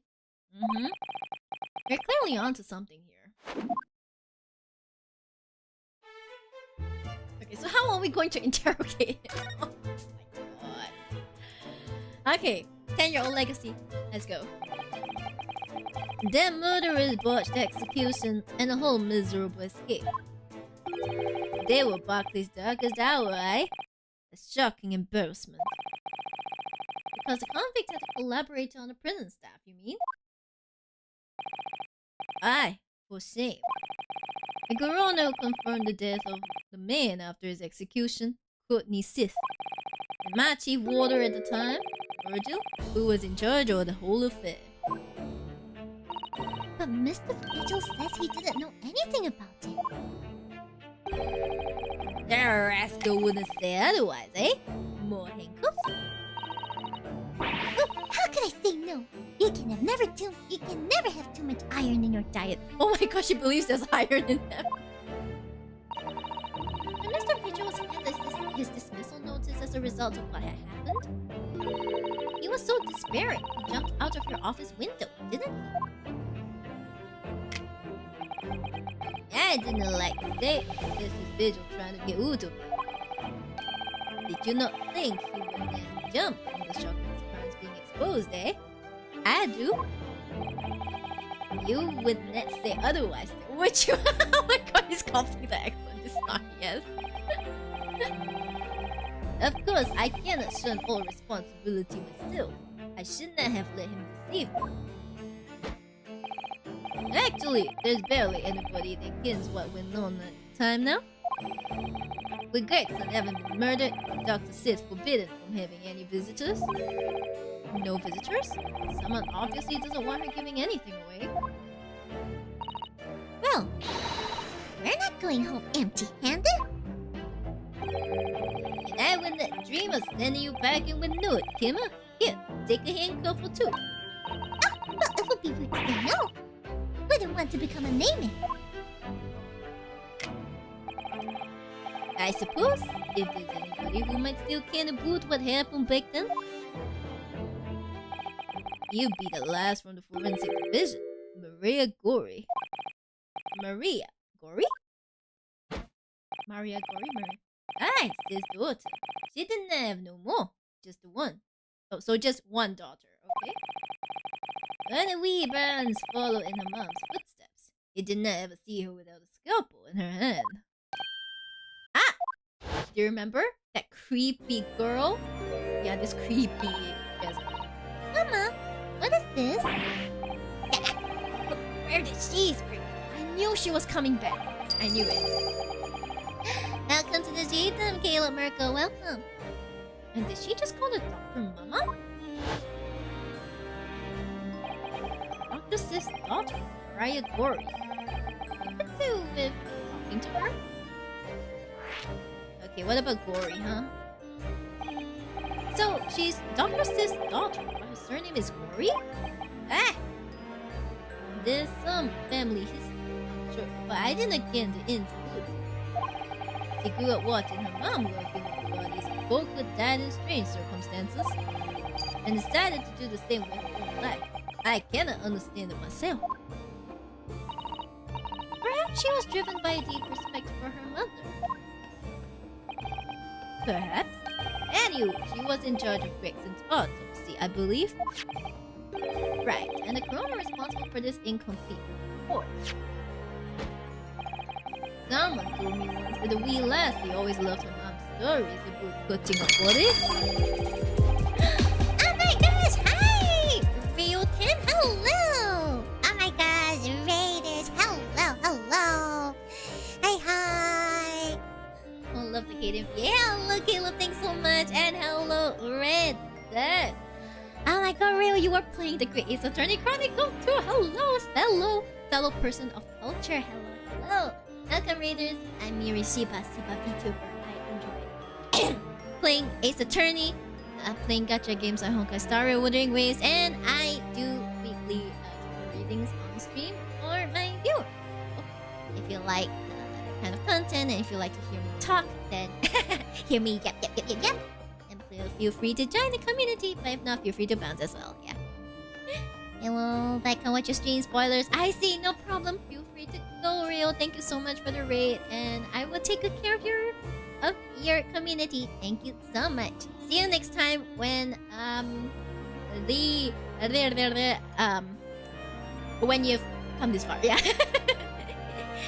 Go have a rest, okay? Yeah, have a rest. Are we going to a classy fever case? The what case? The what case? Excuse? Yeah.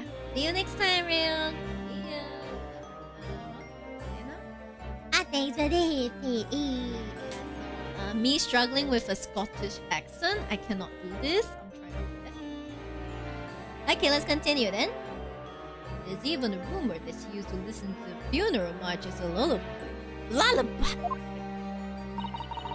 Well then, perhaps her mother might have told her about the autopsy from the case 10 years ago. Not gonna elaborate, Lamau. I see. Well, then I can't help you. I'll say there's a fighting chance at least. After all, it was a life-changing case for all of us. We really need to speak to Miss Miyori herself about this, I think. Well, thank you very much. I'm not happy about any part of this. It took years for Londoners to finally forget the whole professor business.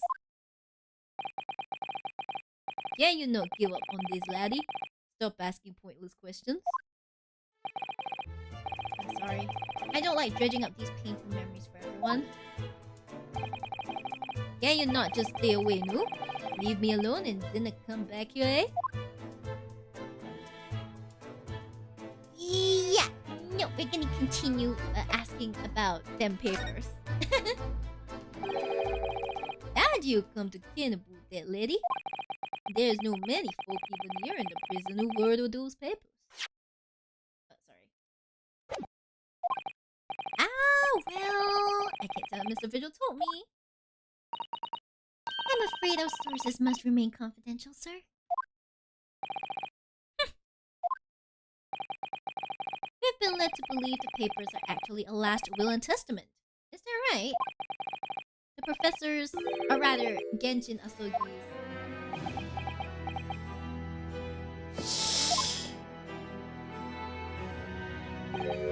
Aye, that's right. You will inform Jimmy. Oh, is that the end of the silent treatment? But then after the convict's execution, it mysteriously vanished from his cell, didn't it? Heavens, no! You're off at half-cocked there. Think you did not quite get your facts straight. It was there in the cell, exactly where it should have been.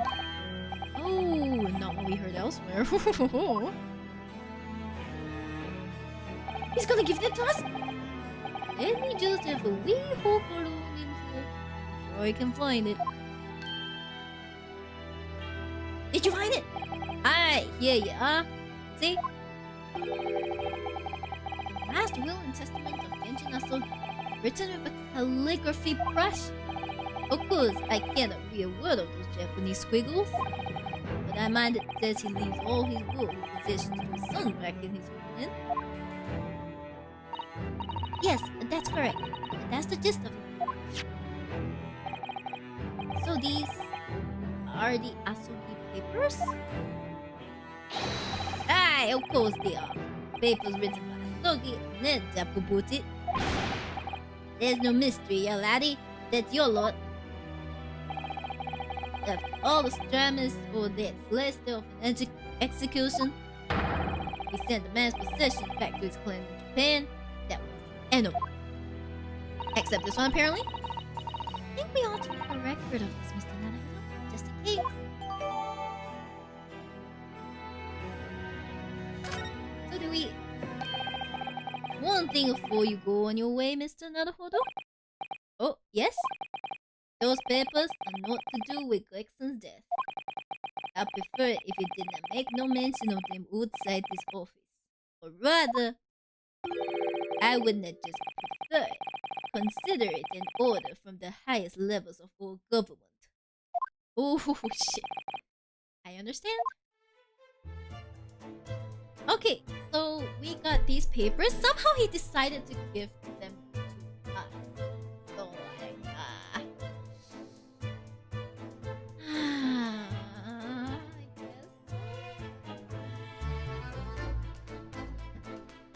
Okay, give me a moment. I want to wipe my glasses because they got a bit murky.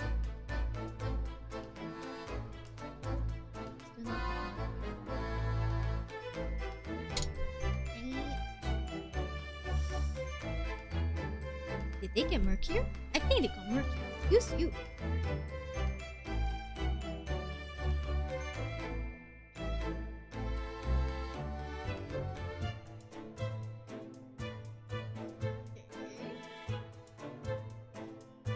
Let's continue. Okay, so I think it's time to talk to Kazuma. Let's go. Okay, we're going to move to. Finally, the prosecutor's office are gonna talk to Kazuma.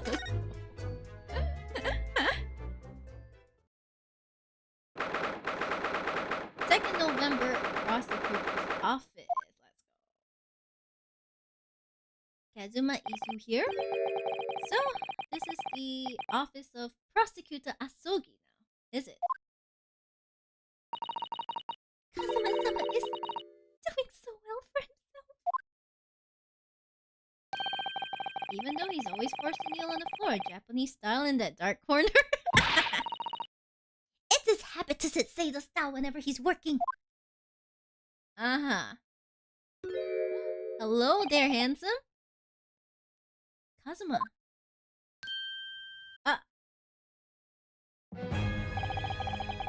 I thought it wouldn't be long before you pay me a visit, Yonosuke.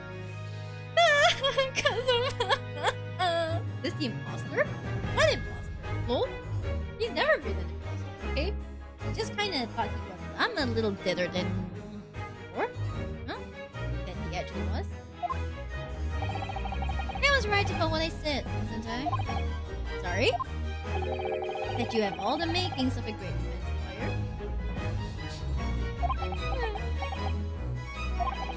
Well, I always believed that you'd fulfill your dream of advocating in the British courts. Just never imagined for a second that it would be as computer. See you stand in a foreign courtroom, so gladly realizing your dream, Kazuma-sama. I'm truly happy for you. And I'm truly thankful to you, Judicial Assistant Mikotoba.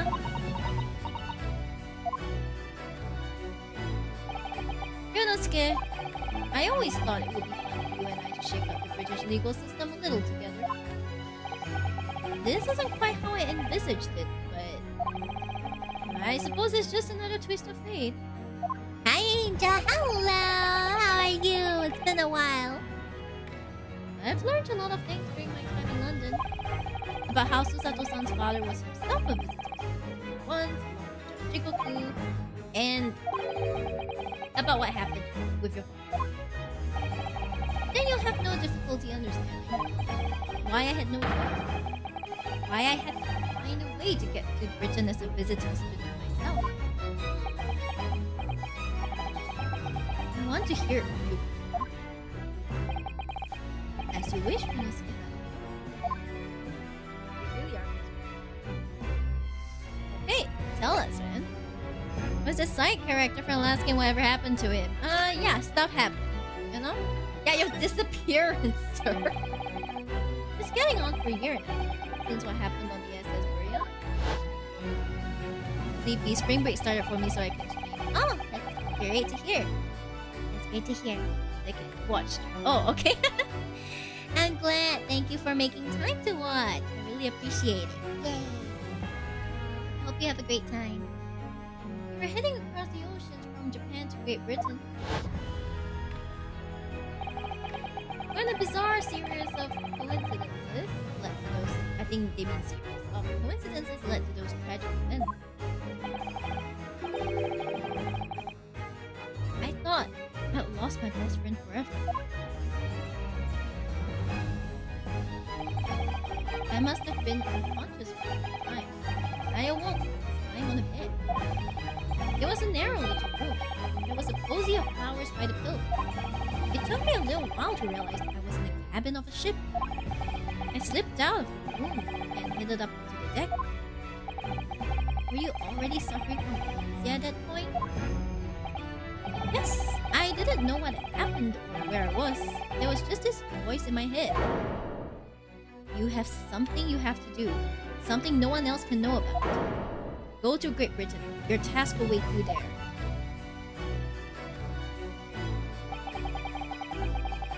It was a calling I couldn't ignore. It compelled me relentlessly. Out on deck, I saw that I was on a huge steamship and we were docked in a large port. It must have been Hong Kong.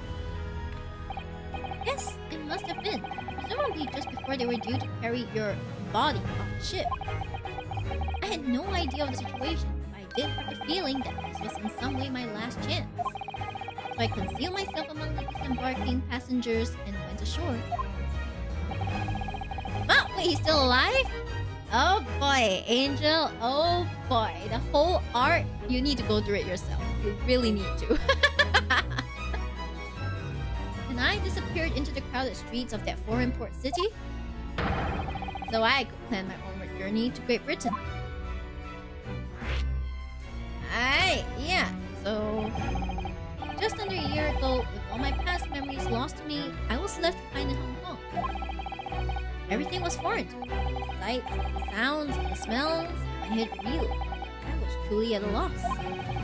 I realized now that I'd escaped as a dead man, with nothing but the clothes on my back. No money, of course. Oh, how terrifying for you. Luckily, though, I had 2 feathers in my cap. One being your knowledge of English, I suppose. That's right. And on the back of that, I was able to pick up some work as a deckhand on a cargo ship.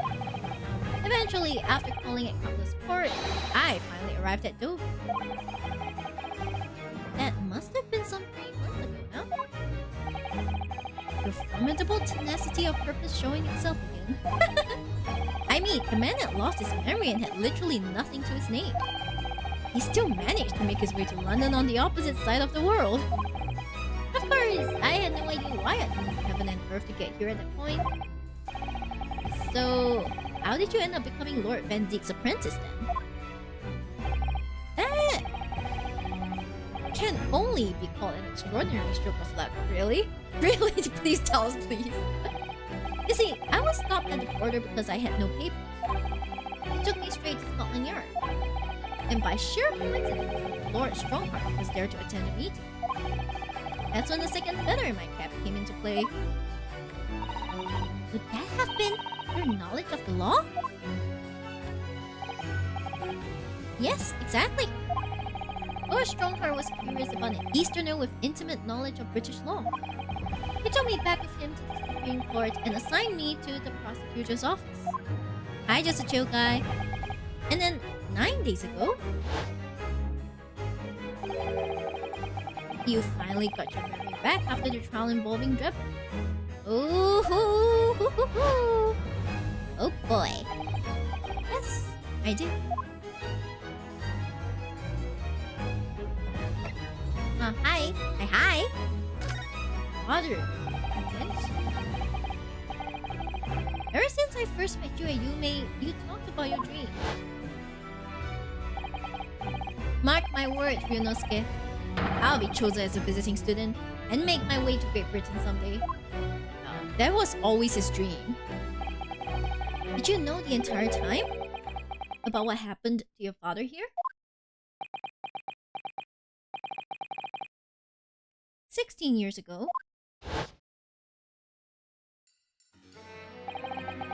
my father left on the exciting trip to Great Britain. I was just a boy.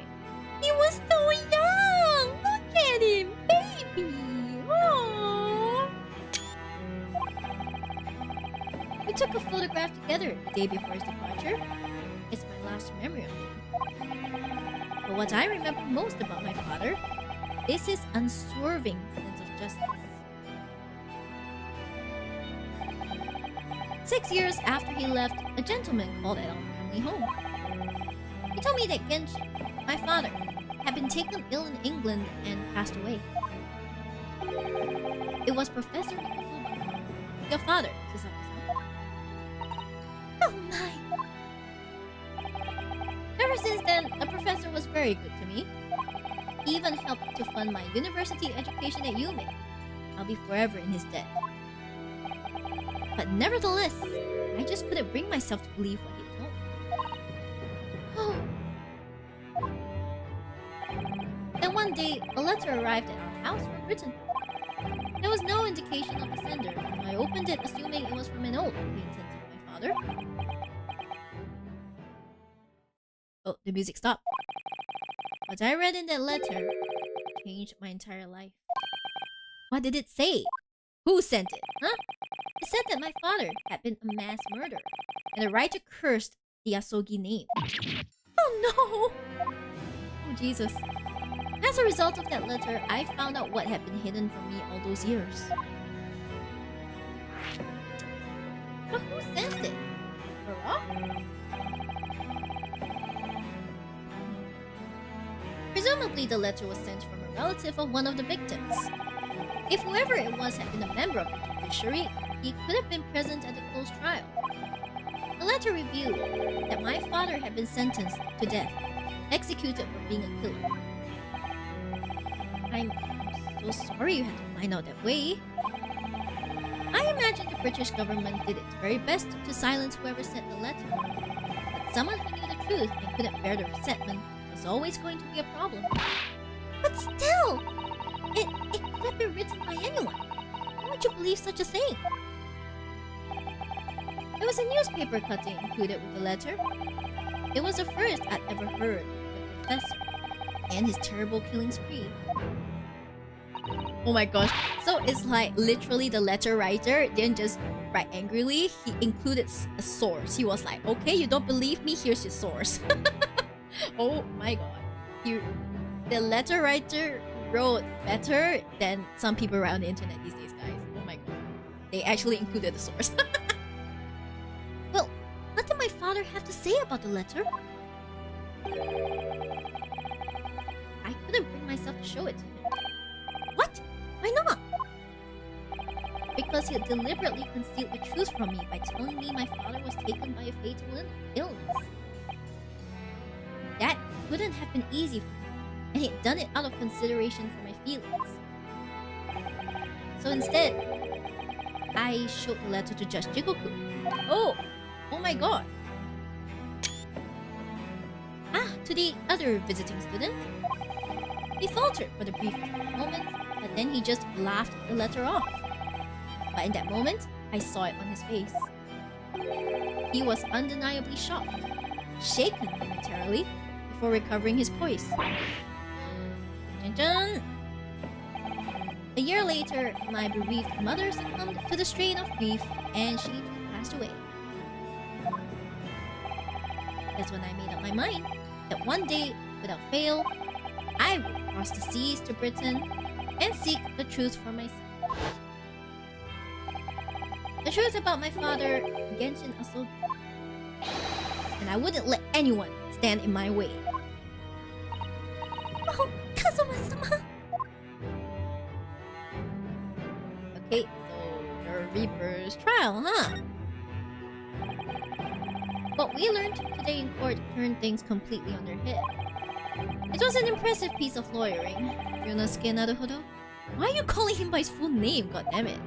Hi, Tsumugi Maru! Oh my god, Tsumugi, hi! He's a fellow Shiba. Shiba! Yay, we fellow Shibas, let's go!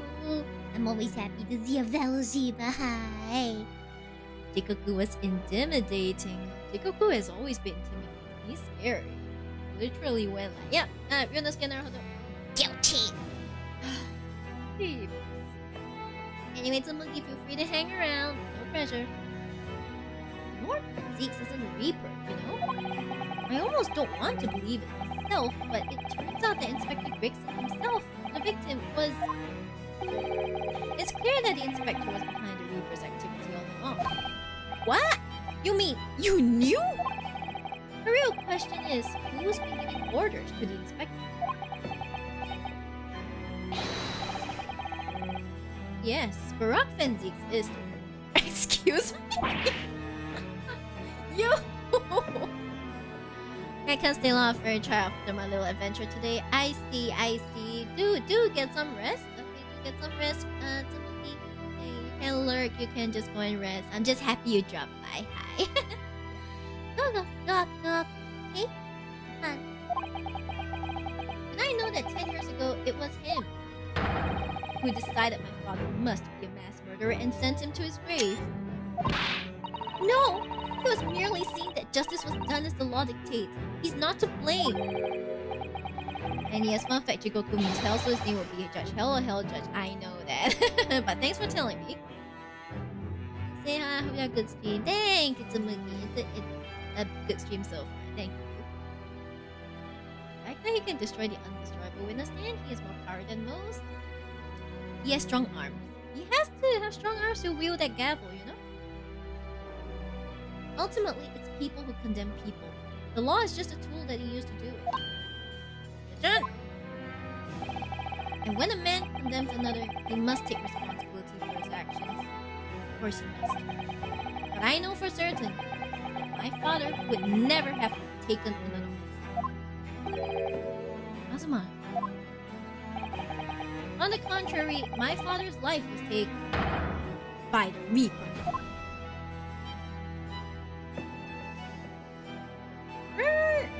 I'm not gonna get any more out of you, are we?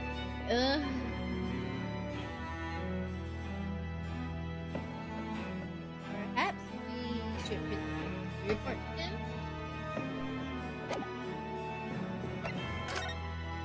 Okay, we got the autopsy report.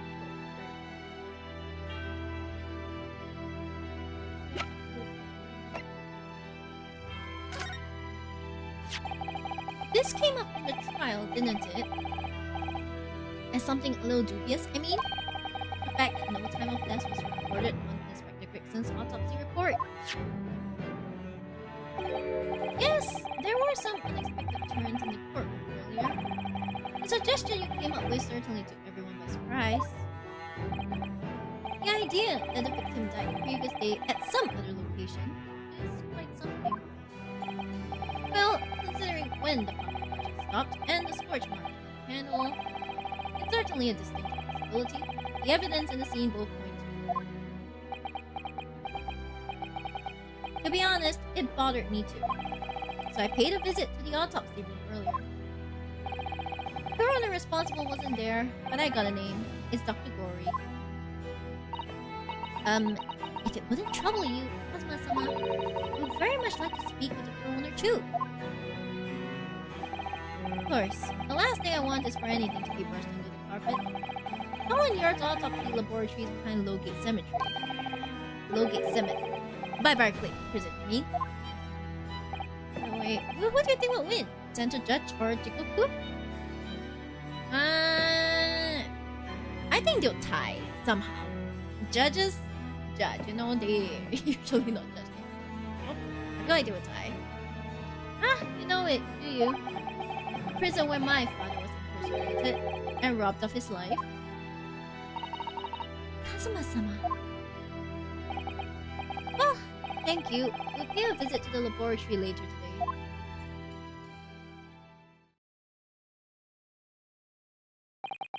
Ryunosuke, I want to thank you. Oh! What for? For this. Don't play that stupid music! I always come close to tears every time I hear it. Stop it! Yamete! For this. You safeguarded the soul of the Tsugi. Well, it is a famous sword that's been in your family for generations. My only slight regret is that I never got a chance to draw it before I returned it to you.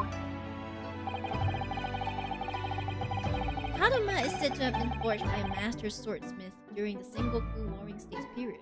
They come from a long lineage of warriors, many of whom were expert swordsmen. Well then, you're a chip off the old block, I'd say. This blade, Kaduma, is the symbol of the Asogi clan's honor and might. Apparently, one of my father's apprentices even took the blade's name for a surname. Kaduma. Oh. Really? Kaduma. It does sound familiar. That's for sure. Why cry? He's right there. You don't understand! Okay, there's feels behind this music. 16 years ago, when my father was a visiting student here in London, he had this sword forever in his side. Which is why it means so much to me that I have it by my side again too. He's smiling! And that is all thanks to you. It wasn't all. Him and his beautiful eyelashes. The hell? Now, I have preparations to make for tomorrow. Perhaps I said a little too much. Kazuma, you've changed. No, Ryunosuke. I haven't changed at all. It's you who's changed.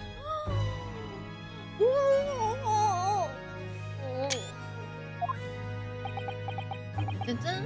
He's so confident. You definitely changed too. Excuse you.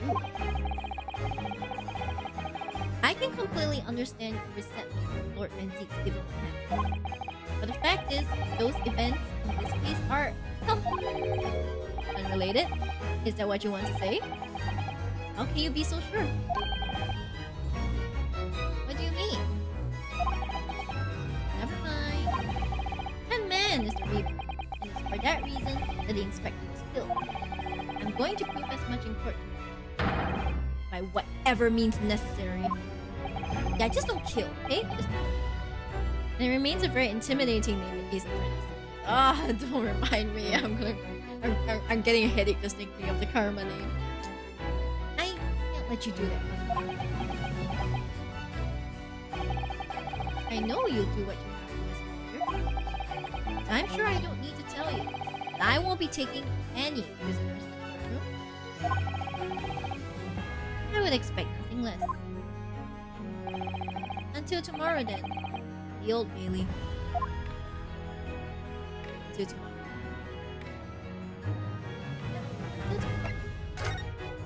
They don't say goodbye, they just go like, until tomorrow. Ah! Jesus. These two need to get a room. Wait, did she redecorate it? Oh my god. You know, it's really cute. She redecorated the whole place. Look guys, it's so cute. It's adorable. 2nd November, Forensic Laboratory.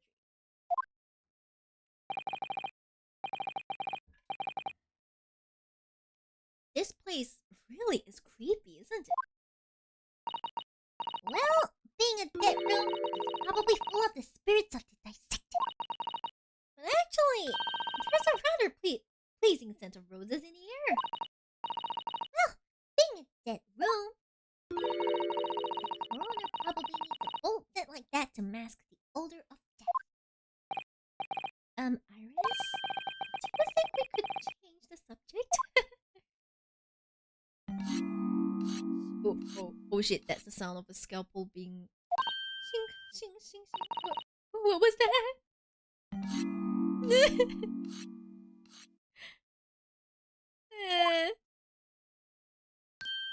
Oh, she's right there. Dr. Gory?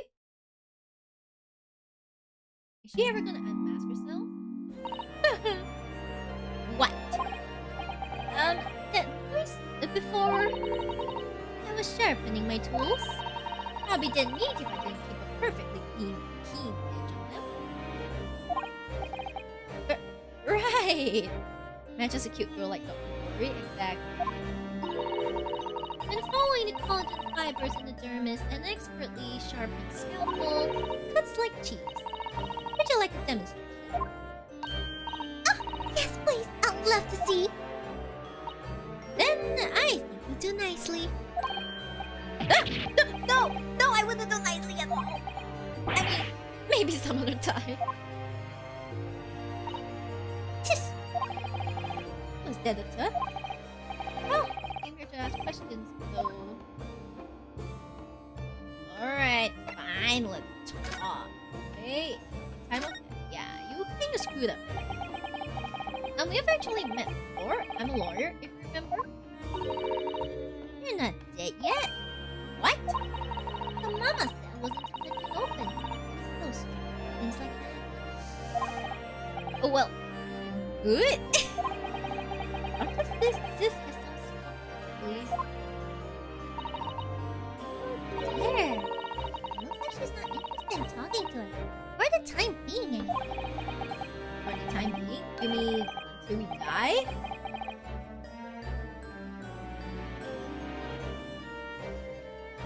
We did present the altar before, right? Oh well, let's just... Me until we die? I hope that's a way off. Please talk to us. Sorry, but I wasn't planning on dying anytime soon. Just Surely there's some less drastic way of making her listen. Wait, how? How do we make her listen? What did I not do? Did I miss any steps? Give me a moment.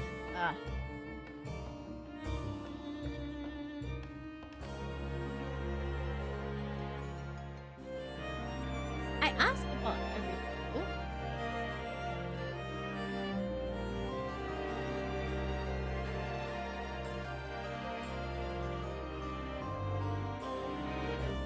Oh, so I need to present it to her. I need to present it. Try investigate. Well, let me try presenting this first. Let's see if it works. Thanks for the help. Dr. Gori, we actually came here to ask you about this. He was very good. Good? Sorry? his skin didn't snag my plate once, and very little mess. His joints dislocated easily, and his muscle tissue was a pleasure to work with. We can skip those details. But there is one thing about the report that's caught my attention. You don't seem to have recorded the time of death. Boom. Oh wow. She took off her mask. What a cute girl. Terrifying look, but cute nonetheless. It's not my fault. Oh, that made me jump. Then please, tell us what happened. Okay, so that's not your fault. What happened? So, why doesn't this autopsy report include the victim's time of death? It's really the most crucial detail. I was told not to write it. What? By whom? Male Strongheart, the Lord Chief Justice. He came here. What? I knew Strongheart was up to no good, guys. Lord Strongheart came? He said that from the witness statements about the gunshot and the other evidence, it was obvious. The man clearly died at 5 p.m. on 1st November when the gunshot was heard. But that's not the time of death you wrote to me. You didn't write anything. Was there some reason you didn't include it?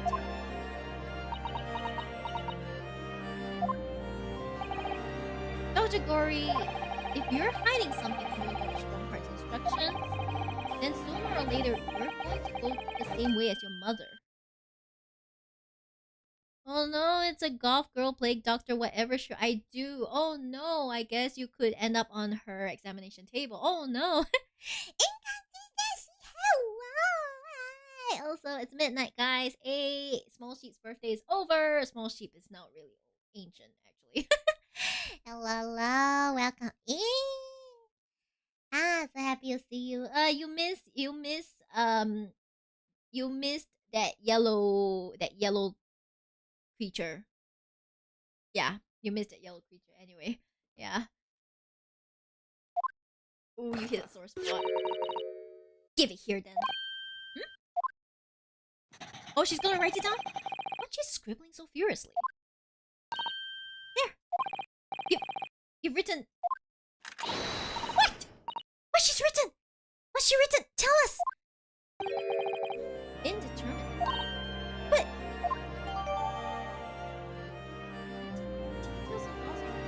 Wait, an accurate estimation of the time of death is not possible? Excuse me?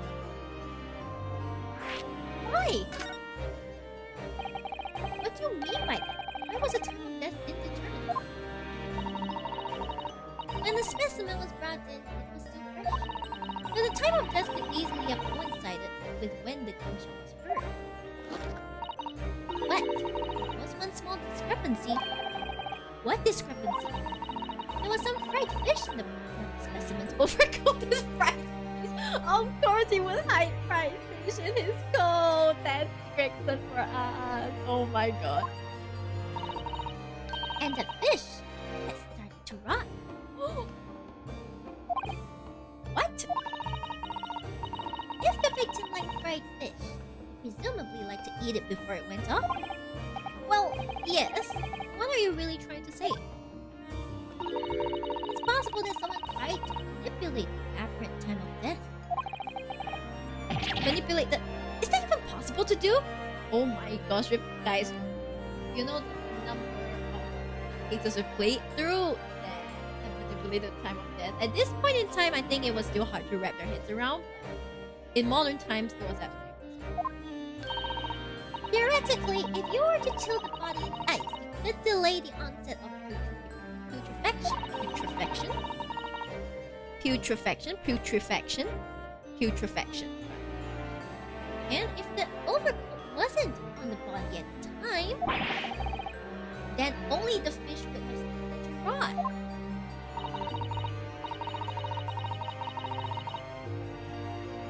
With today's science, it's not yet possible to determine if the body was chilled or not. Today's science is advanced enough to let you freeze a corpse, it seems. I mean, being able to do something and being able to find out if that thing was done is a whole different issue, you know?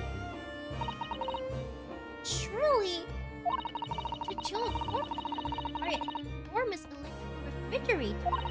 And I don't imagine many households in London are equipped with such a device. No, definitely not. Maybe in a factory? As some other special places? I don't recall seeing any factories of such like a Christmas street, though. The inspector's body had chilled. What might the actual time of death have been? I couldn't say for sure. But at the most, it might have been a day earlier. No! In other words, it would corroborate previous deduction, Mr. Naruhodo. That Inspector Gregson was killed a day before his body was discovered. A different location. Hi, baby. Hi, guys. Small sheep is here. Okay, I'm not gonna be quiet for a while, okay, baby? You just sleep there, alright? Did you inform Lord Strongheart of this possibility? Simply said that there were no refrigerators of this. Oh. He's scratching his blanket. I think he's settling down. That's one circle. Oh, he just did 1.5 circles and he sat down. Very nice.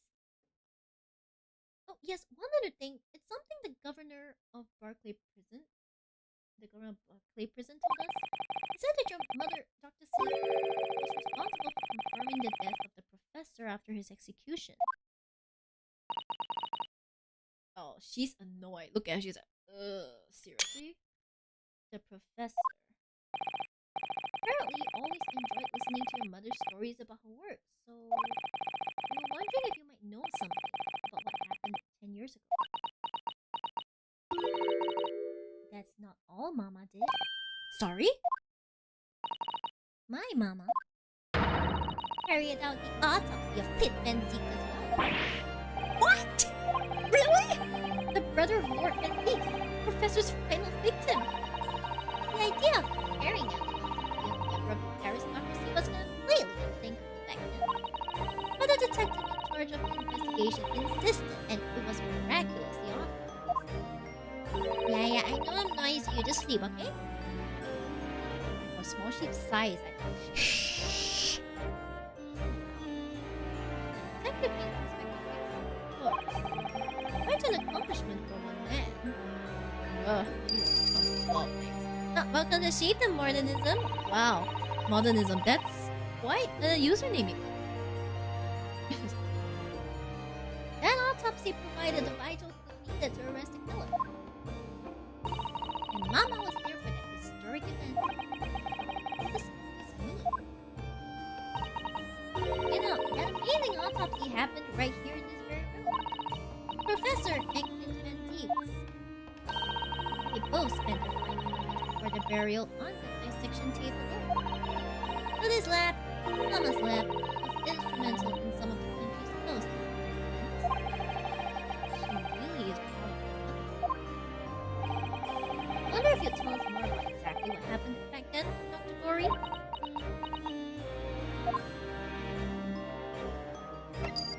Please tell us. Please, please. Oh. It's not gonna end yet. Not yet. Okay, confirmation of death. Let's go for this. The professor's execution was Mama's first big case. She had to be in attendance at Barclay Prison's execution chamber and sign the certificate to confirm the convict's death. Mama is the best coroner in the world, you know. I was so proud of her. But the execution didn't actually take place. No. And worse still, Mama actually helped with the jailbreak. I didn't want to know. Oh dear. Not recently, you mean? I believed in her, in Mama, but now I wonder if you're traveling down the same path as her. You mean because you omitted the time of death on this autopsy report? That's because Lord Strongheart forbade you from including it. Just like Mama, I'm sure she was coerced by somebody too. Yes, that's my feeling as well. There's no doubt that there were powerful forces at play. The execution couldn't have been staged without a lot of people at the prison knowing about it. Obviously, the prison government must have been in on it as well. The big man with the little handcuffs? According to what he told us, he was tricked by the chief warden. He says he knew nothing about it. Of course he said that. I'll say the same thing. Jailbreak. It was years ago. Okay, what about Clint's autopsy? You mentioned the autopsy of Clint Van Zeeks. It was at a time when carrying out autopsies of murder victims was very unusual. It's still not a practice that's observed in our country even now. It turned out that he was the professor's final victim, and the autopsy was performed. Mama was performed, although only as the secondary assistant. The person leading the procedure was called Dr. John H. Wilson. Wait, this is the first time we've heard of it. What the hell? That's right, my daddy. And there was one person present, the primary assistant. He was a visiting student from the Far East. I don't like the sound of this, guys. Wait, a visiting student? There were only 3. It must have been my father, Eugene Mikotoba.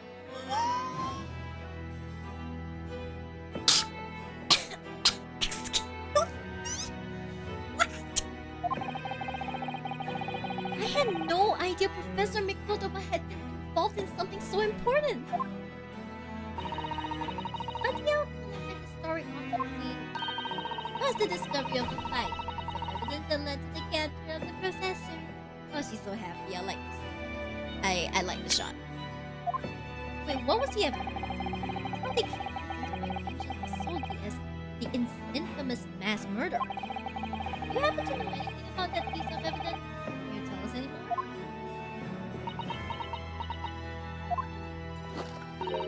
Would you like to see the records for yourself? What? Would that be alright? What's the point of keeping records if people can't look at them? They're filed under V at the back of those cupboards, with the other records from the last decade. Okay, listen, Gory. When I go and take those records, you better not sock me in the head, okay? You better not. Huh? Okay, girl? I'm watching you. Thank you.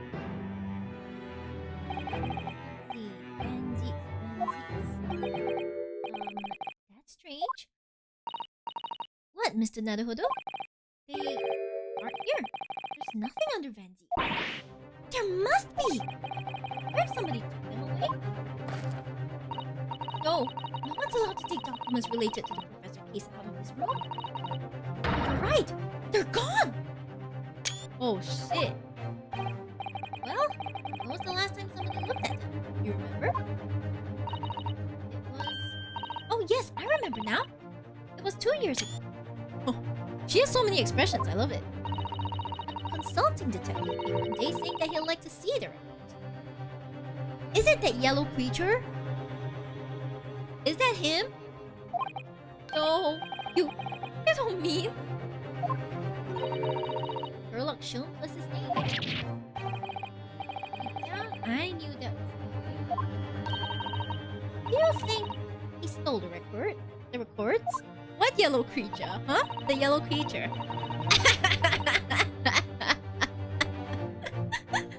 It's true, he's the yellow creature. Oh no, surely not. Iris, that can't be right. Can it? Iris is just in shock. Iris? Iris? Oh, she's not saying anything.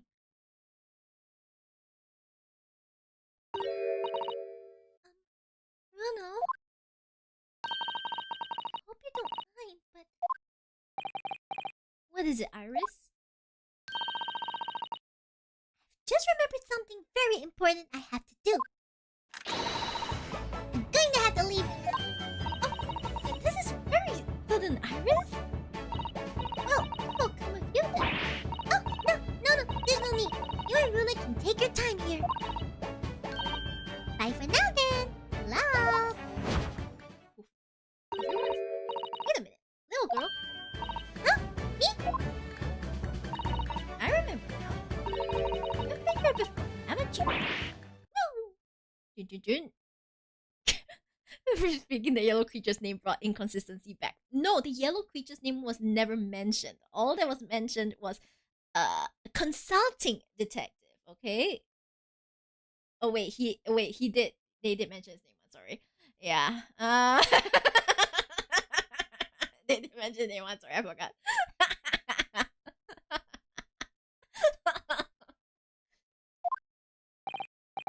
Have you, Iris? Yes, 2 years ago. When that detective came, you were with him, weren't you? You were a living specimen then too. Oh no shit, she's still a living specimen. That's the way it usually works. Yes. I really don't remember. Anyway, sorry, but I must dash. Wait, Iris. Poof, she goes. I'll drop a puff for you when you get home. Oh my god, she's acting so sus. Did she vent? She vented, didn't she? She did the last time equivalent of venting. Yeah. What's the matter with her? She's behaving really strangely all of a sudden.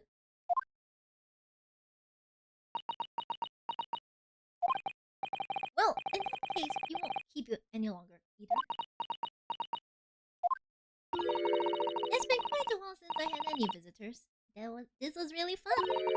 The next time you come, I'd prefer it if you were ready for this session. Okay, we're never coming in. I can't make any promises. Sorry. Okay. It's a bit strange that the report of Clint and Geeks have disappeared. I think we've asked all we came to ask. Yes, of course. She is very good at herself. Oh, wait.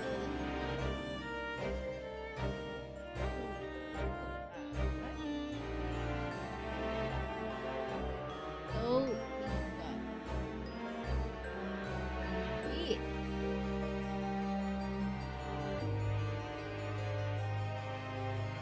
Oh, but we still have quite a bit more. Okay, so I intend to continue, but I kind of really need to go now. So how about we take about 5 to 10 minutes? Shall we do that? 5 to 10 minutes. Maybe over. Yeah, about 5 to 10 minutes. All right. Yeah. So now it's about 2:18. Maybe we'll come back around 28:30. I'm continuing. I just need a break, okay? Okay, see you guys in a bit. Alright, let me just make sure I go onto the correct screen. Okay? See you in like 10 minutes. Bye.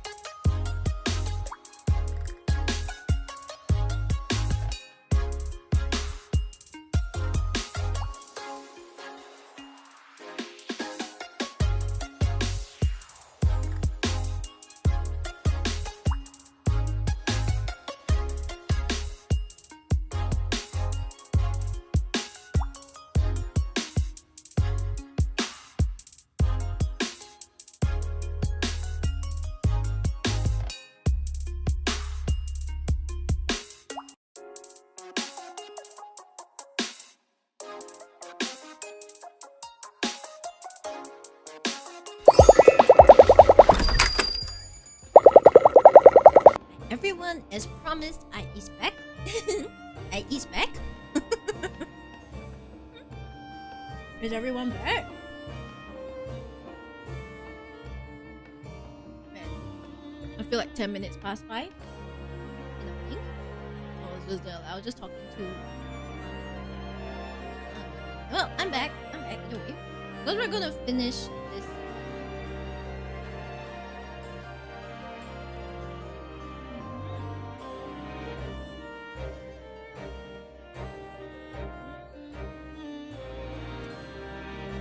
Let's just see where we are. Hi, Blue Sky. Hello. Hello. Okay, I think we need to go to the first room. Okay, let's just move there first. Okay? Let's just move there first. First nose.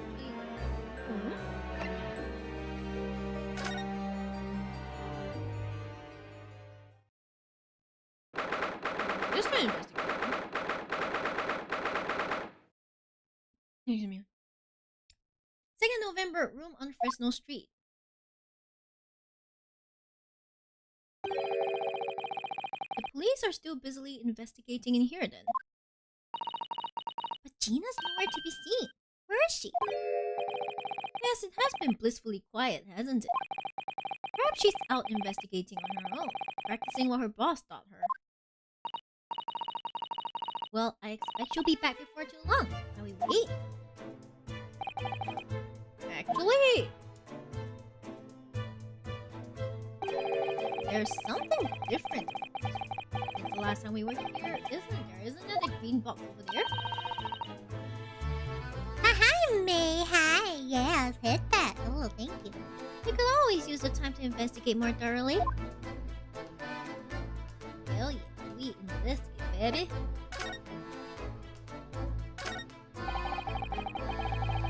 This little trunk wasn't here before, was it? Sorry, baby.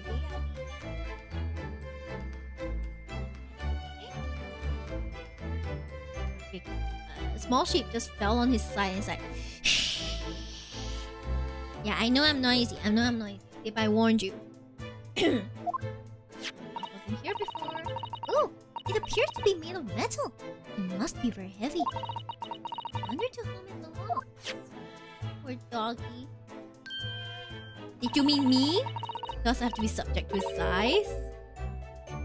There's some initials on the outside. Look, TG. Let's ask one of the policemen if they know how it came to be here. Oi! What do you think you're doing?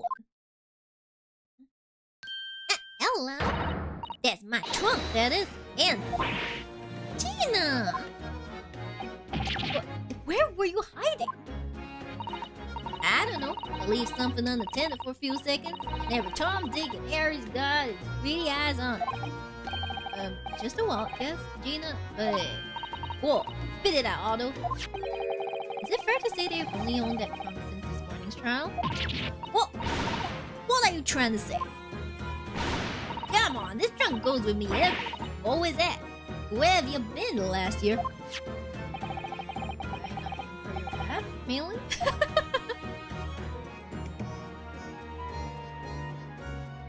Okay, yeah, we get to talk to you. Like your boss. You should hear him talking at the yard now. They should be ashamed of themselves. They're saying that it was the boss who killed all them bludgers. You mean the whole Reaper thing? Yeah. Apparently, the boss was investigating stuff that no one else in the yard knew nothing about. Stuff to do with violent criminals who got off scot-free. Yes, the ones prosecuted by Lord Van Zeeks who used bribery and corruption to evade conviction. Well then, obviously it was that Boomer Reaper giving the orders, weren't it? But why would people be suspecting Inspector Gregson of being involved in the killing? There was a note hidden in his office. Oh no, this doesn't sound good. Yeah, details about all the crimes that have been pegged as the Reaper's work. What? No. Did you see it, Gina? Did you see the notebook? They wouldn't flame lit. Because I'm just an apprentice, apparently. But it was me who found it. And he was my boss. That's right. I'm sorry. Fine. Yeah, poor doggy wants to get out.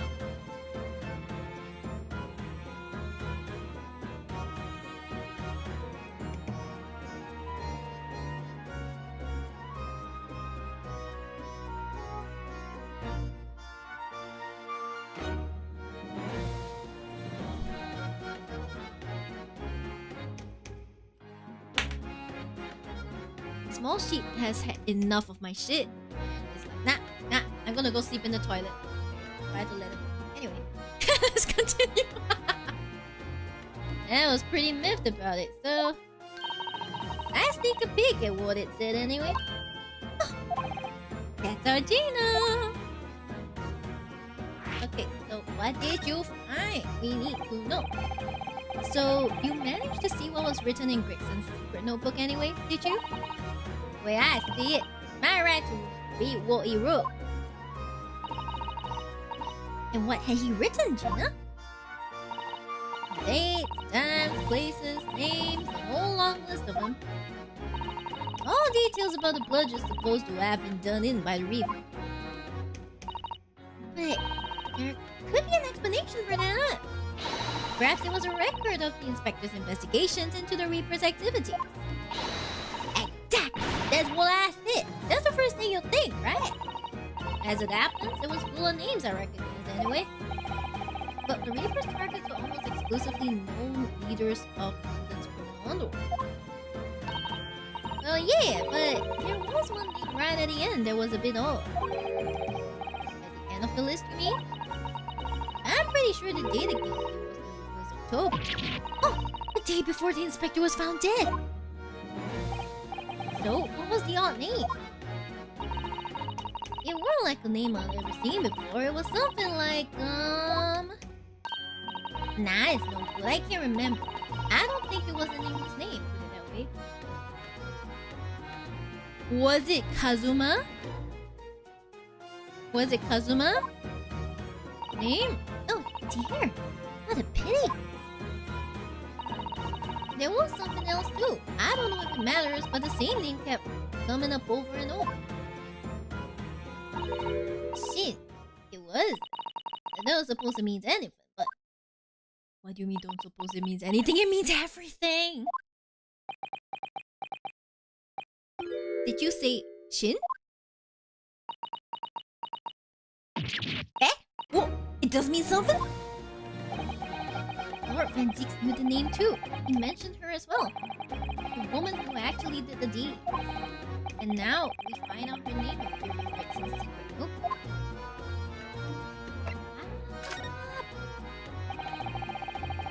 We haven't seen you for a little while, have we, Gina? Well, of course not. I've been busy, ain't I? Investigating and that.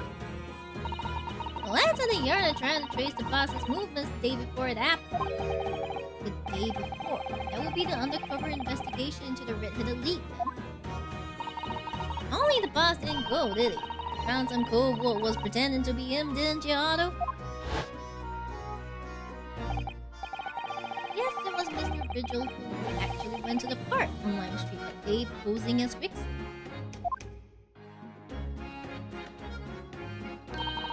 Well, anyway, you ain't the only one turning stuff up. Hey, I've got me my own getting results. No! For me and my partner here get together, there's nothing we can't track down. Oh, little Toby! Oh yeah, his name is Toby. I'm sorry, I forgot. He's such a faithful friend. He's Popo. He's a Popo. Look at him. So, have you tracked anything down there?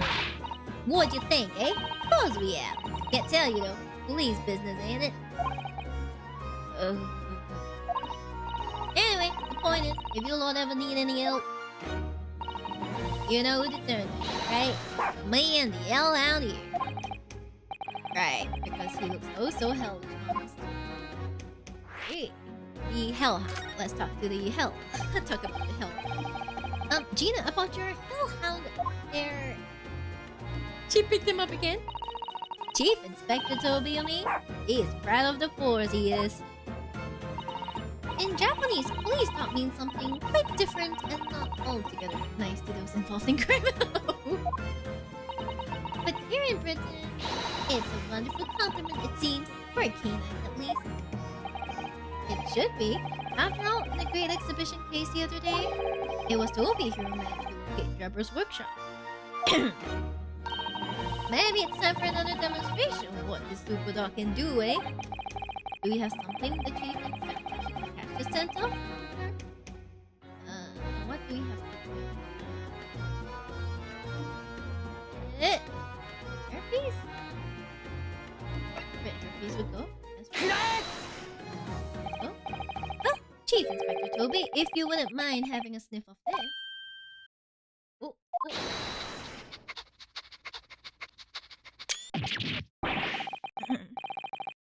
He might be a little too keen, don't you think? He's like... Did you do? Aye. Girl, the Chief Inspector makes short work of one another. He's like, let me go! Let me go! What? Ah, look what he's gone to. Oh, my! The trunk clearly still has a very strong scent. Of Inspector Gregson. In other words, it must have belonged to him. She's upset. Oh, alright. It's a fair cop, I suppose. And you nearly got away with it too. You always talk so proudly of Chief Inspector Toby's nose and what he achieved. Did it not cross your mind that he might identify something that was right next to us? Yeah, that was a bit of a bloomer, wasn't it? Enough now then, Gina. Eh? I think it's time you told us the truth about the trunk. He's like, fine. He's like, fine. it weren't like that. It just weren't. What are you talking about? I know what's going through that head of yours, but that ain't what happened. Alright then, what did happen? Well, like I said before, we were trying to trace the boss's... So I let Toby unravel with the boss's old coat. And as soon as I done that, he went off like a shot. Straight to that sandwich.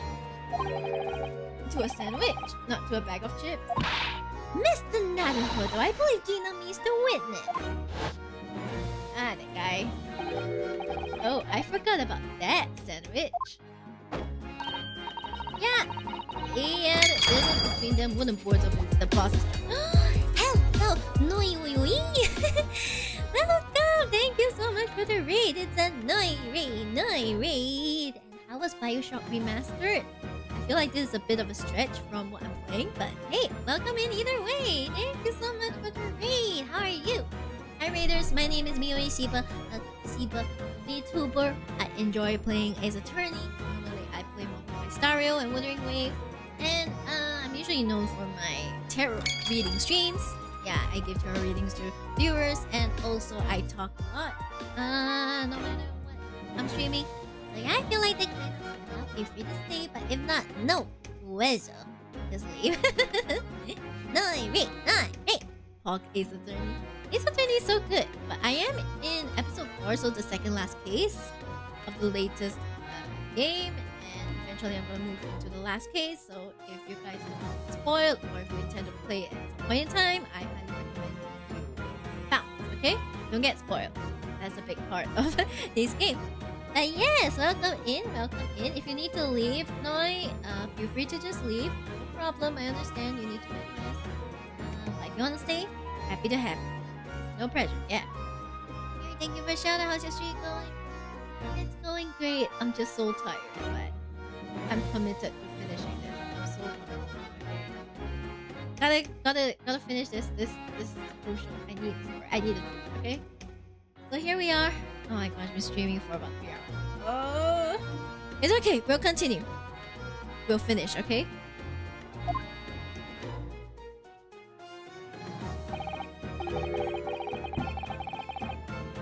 You mean when they heard the sound like a gunshot and all piled in here?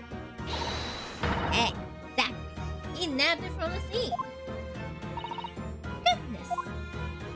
I really love the model. It's very cute. Thank you so much, see parents work really hard on it. But you like it. I hope I'm piloting it. I hope I'm piloting it right. Yeah. Sometimes people don't pilot their models right, and then like they don't really bring out the full potential of the model. But certainly, I hope I'm doing my best. Yeah, feel free to enjoy the visuals, Red voice, whatever. And hope your stream went well too. Hey. And the chief inspector gave the sandwich a good grilling, and you know what he said? But I thought it might fetch a good price, and the chap wouldn't be needing it anymore. So, but that's all I did. Nothing more. Nothing less. Would you Adam and Eve the cheek of it, eh? Stealing the dead boss's stuff to flop. So Miss Venus wasn't the only one at the scene of the crime. How could they? So anyway, that's how it happened.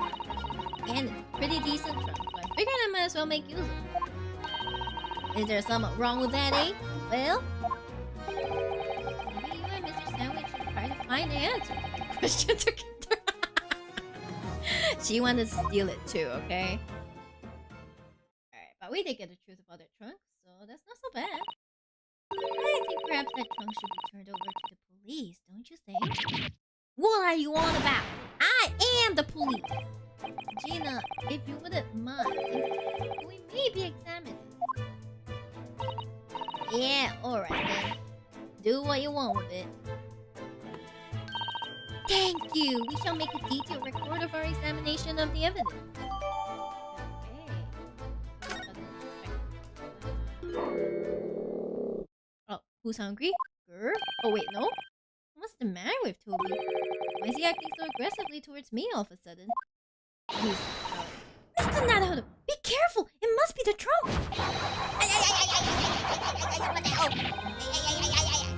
Excuse me? Excuse me, wait, what?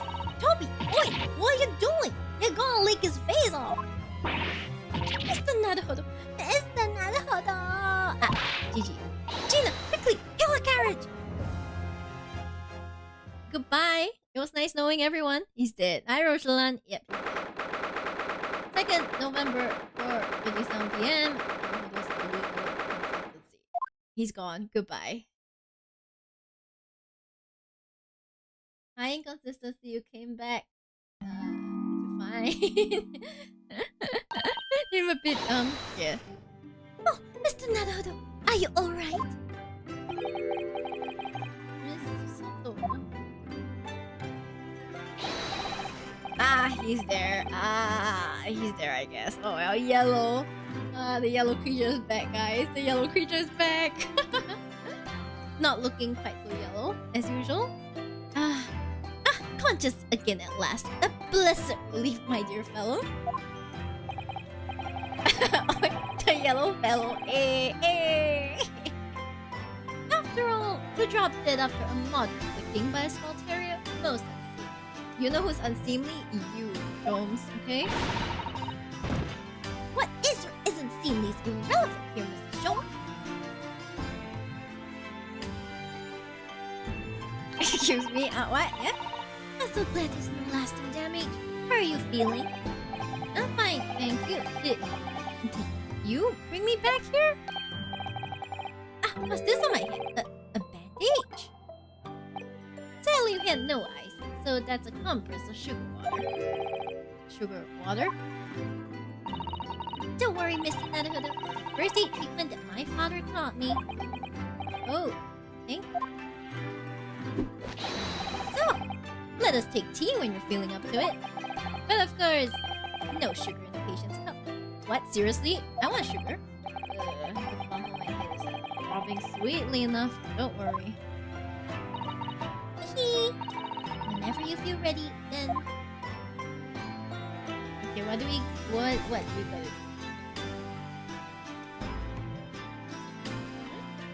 Oh. So, okay, if I talk to Gina after whatever happened with Toby, I get an achievement, I think. So do I like jump back to...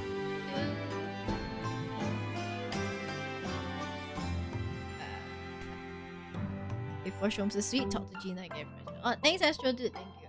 I was okay. That's what I was doing. Back to Fresno Street. Let's talk.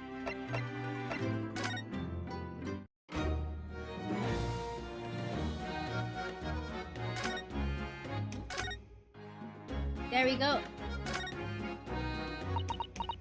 Gina!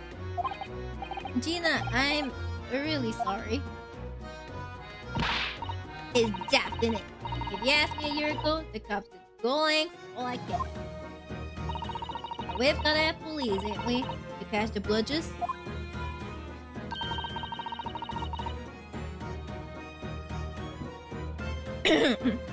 So as divers can go about business in peace. Wait, sorry? I don't think I can have heard that properly. He said he was gonna teach me everything I needed to know to be a detective. But all he go around showing me is where the best flaming fish and chip shops are. Actually, that reminds me. Rixon said he was supposed to be going to Paris in the future, didn't he? Is something wrong? Oh, no, I'm sure I'm reading too much into things. It's just that the timing seems very coincidental. You know, the boss was acting a bit strange recently. Like he was always in a rush. Oh, yeah, I got it! I got it! Okay. We're going back. Continue. And Shom's is sweet, I guess. It is Shom's is sweet. Shom's is sweet, right?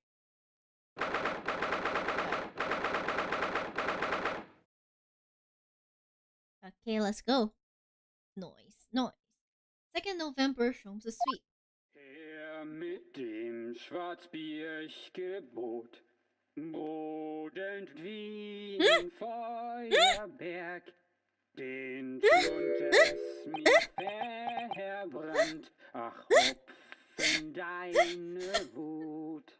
I'm so confused. Her mit dem I'm so confused. What the hell? Enjoy this chapter. What do you mean? So I actually got sighted for jury duty yesterday. Got off it right away though. Do I congratulate you, Rosalind? What's going on? Best part. Okay, fine. Wait, is it entertaining? Okay, fine. What on earth is going on in here? Am I having a bad dream? No, it's an old German folk song. Rather fine rendition, I think. That's the least of my concerns. Iris? Isn't that Mikotoba, like the father? Iris, what's the matter? She refuses to talk. Who is that sprawling? I mean, that relaxed, gentle over there. Iris is just not talking at all. Iris? Is she even listening? Excuse me, sir. I do apologize for troubling you whilst you're singing so merrily, but would you be kind enough to explain the situation? He's not the one singing, and also he's out cold. Well, that worked. A crooning gentleman and a mute young girl. A rather tantalizing juxtaposition. And one that appears to have incited the gods of deduction within me to find their voices too. Oh, are we gonna do the deduction again? Ah, Mr. Shomps, do you mean? Oh my gosh, Iris jumped to look at her. She's oh! Iris refuses to talk. The strains of reasoning within me are playing now as a delightful duet. One melody sings of a reunion full of nostalgia, whilst the other is a roasting about the great secret you're trying so desperately to conceal. Iris?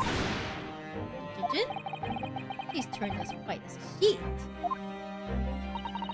So as usual, you've instantly seen to the very heart of the matter.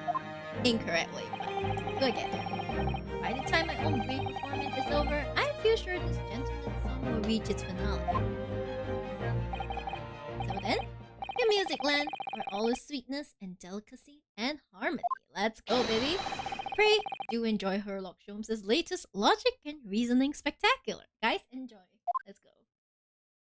Let's go. We're gonna see a show, man. Great. Hey, is good. Hey.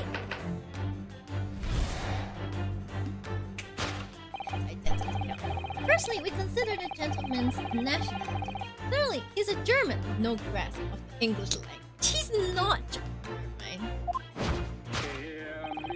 As evidenced by the Germanic song he sings and his apparent inability to understand when asked to desist. What? So, why is the man here at all, and in such apparently high spirit? He's not even conscious! The answer, of course, Iris, is clearly known to you. Indeed, we need only to follow the gaze of those bright, young eyes to unravel the particular part of this mystery. She's not looking at him. The reason for the man's mouth irritating warbling is revealed by the herb. You obviously offer a German guest a cup of your latest herbal blend. The tea's delectable flavor has made the man's spirits soar and resulted in this joyful ditty tumbling incessantly from his lips. I eagerly await something to flavor myself that I may join the fellow in his state of elation. Okay, what did you eat that made like your mouth swell up so that you cannot speak? Now, to the next question. Who exactly is this gentleman availing himself so thoroughly of the city?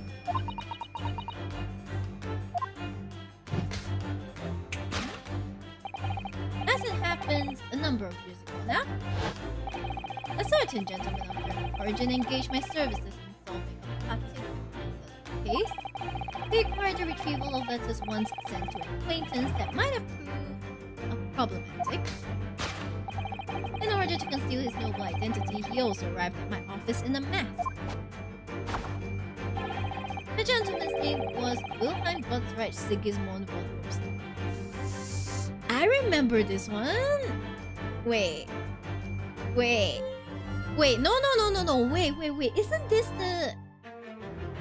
Isn't this the name of that little kid? Remember that little kid from the Hot Air Balloon case? I think that was his name. The King of Germany. If my memory serves, the mask worn by this gentleman is identical.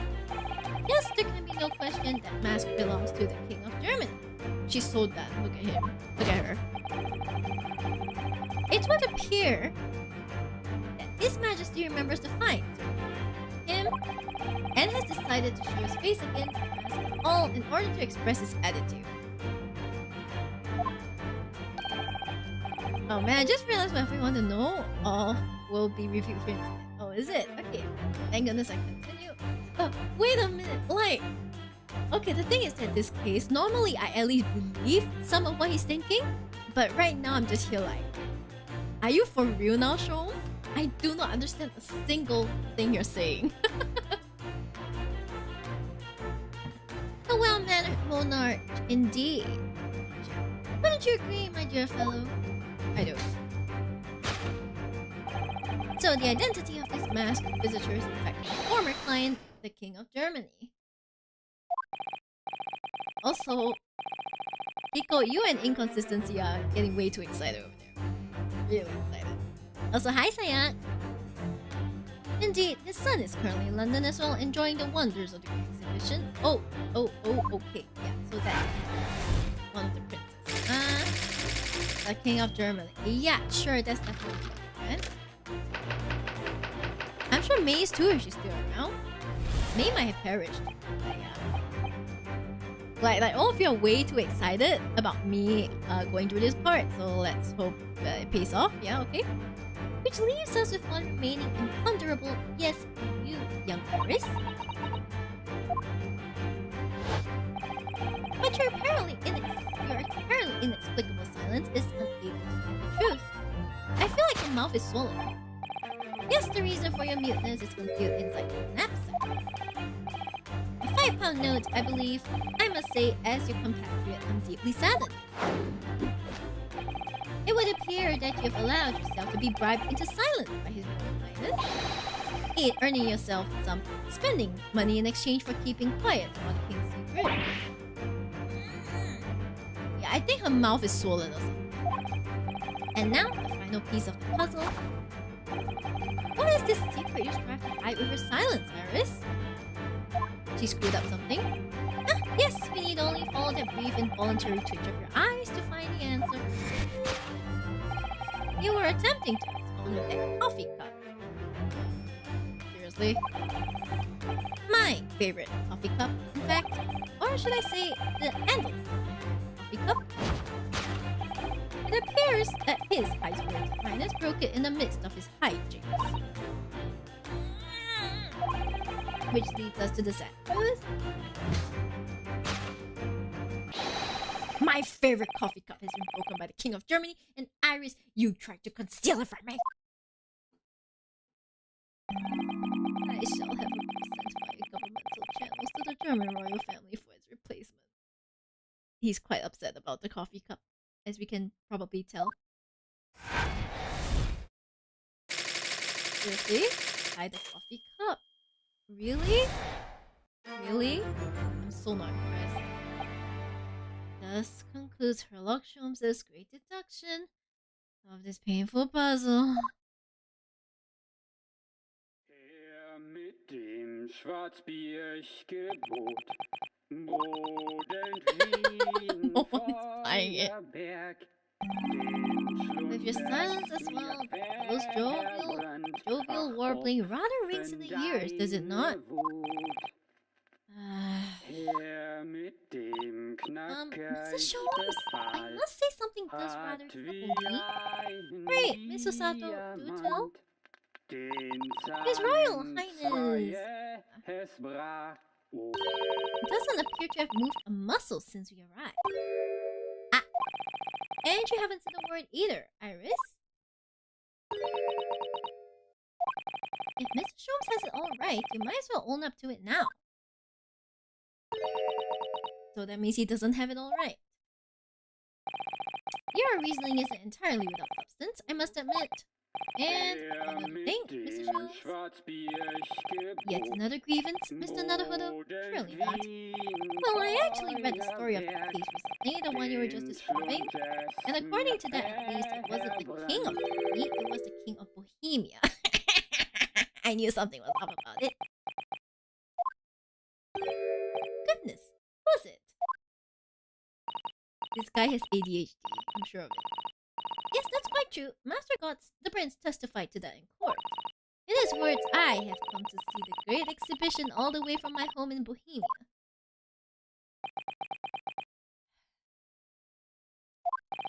I would ask you to keep that minor error to yourself. It could easily become quite a scandal. You... Oh my gosh, he really is a yellow creature. Holy shit.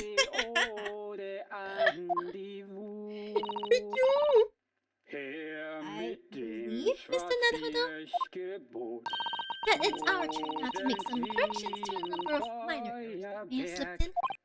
Yeah. Okay, so let's go. Yeah, Iris is definitely hiding something. But one truth is incontrovertible. My favorite coffee cup is no more. So, shall we embark again on a joint presentation of Sherlock Holmes' logic and reasoning spectacular? Okay. Course correction. Course correction. Hold it, Mr. Holmes.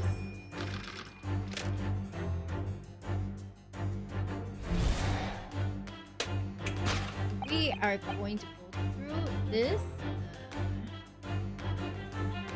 Statement 6 is the reason for the man's mouth irritating warbling. Mit dem Schwarzbiergebot Bodenwind.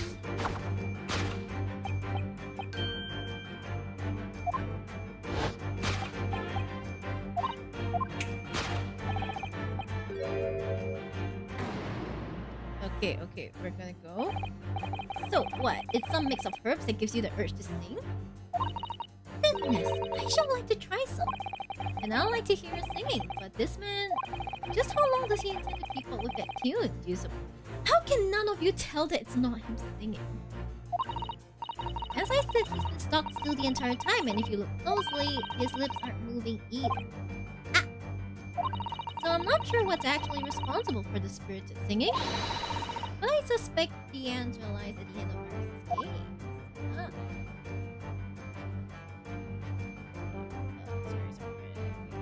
Ah, there we go. 그래. Is the gramophone? The reason for the man's mouth warbling is revealed by the gramophone. Indeed, for no well-bred gentleman would break into an obscure folk song when making a social call. In other words, this gentleman isn't singing at all. In fact, it would appear that the fellow is unconscious. No shit! No shit!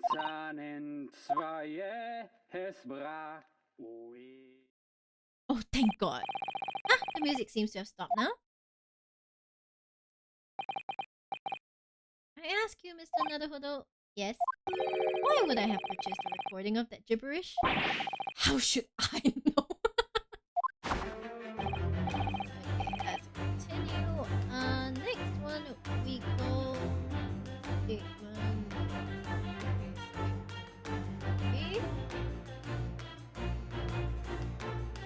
Okay. Who exactly is he? We're just keep going. Okay, we're just keep going until he goes boom.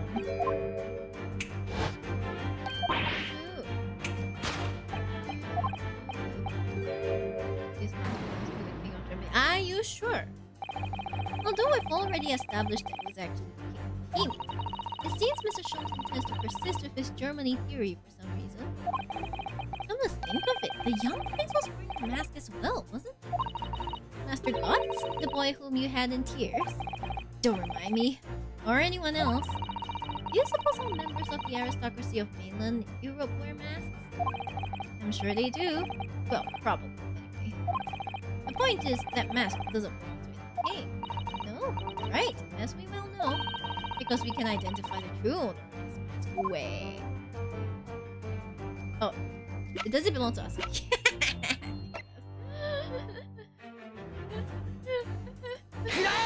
It belongs to us, so cute. That's his mask. Fanciest mask. Yes, there can be no question that mask belongs to Kazuma Asugi. In other words, my memory is sublimely unreliable. You know what? I give up on him. I'm so done. Goodbye. Only you could try to make that sound possible. Kazuma's mask has been languishing on this metal chest for several days.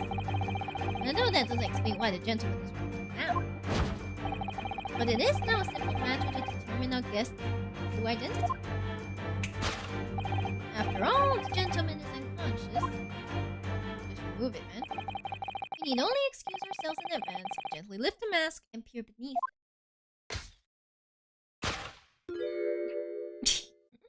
I mean, I'm not surprised. I already knew who it was, but I don't believe it.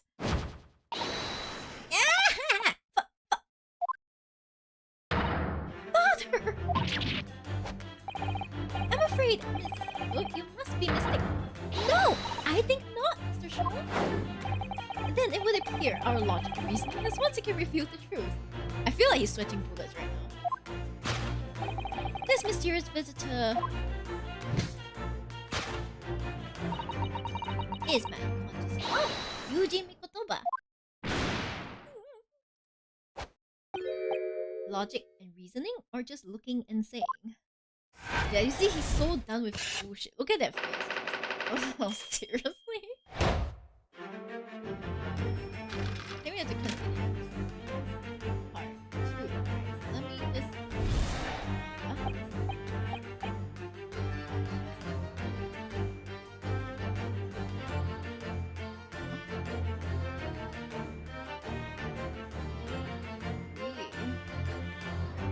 Wishlist is one remaining blah blah blah. Oh, what shit? What? Huh? What? Okay, so we're going to make you boom. What is the reason? So that's a £5 note poking up from Iris's knapsack, is it? Oh dear, yeah, but sure. Most money that we encounter is in coin. I know, I'm not even sure if we've seen any banknotes here in Britain at all. Have we? But anyway, father would never have paid money for Iris's silence. He certainly seems like a silent type himself. Which applies for the state. There must be some other reason for Iris's silence, I suppose. Okay.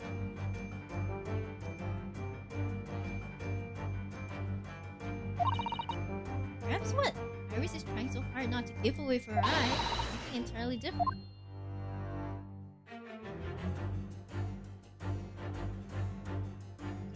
What do I... She's looking at... She seems to be looking at this. There's only one thing she can do. Right? This metal chest, it contains important documents, doesn't it? Yes, details of all the cases Mr. Sholmes has worked on over the years. Written up by Iris' father, if I'm remembering correctly. Iris insists that the chest is kept locked at all times. She's never once shown me inside. Well, its contents are entirely replaceable and entirely replaceable. Now look at it now. The hatch is unlocked for one. Ah! So it is! That's hard to ignore. Very. I've never seen that chest unlocked before in all the time I've been staying here at Baker Street.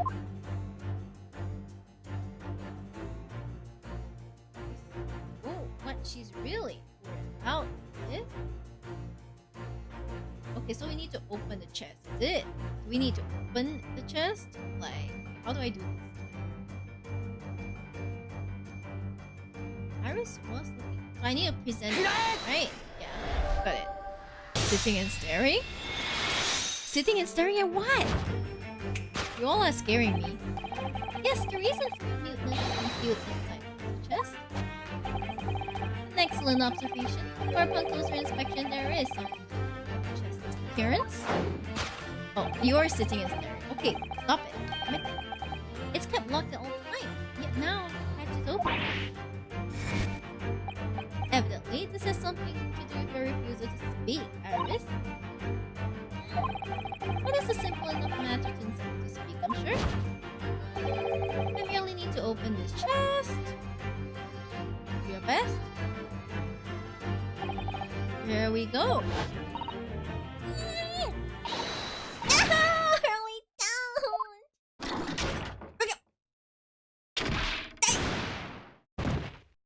Oh my god, what the hell? What the hell?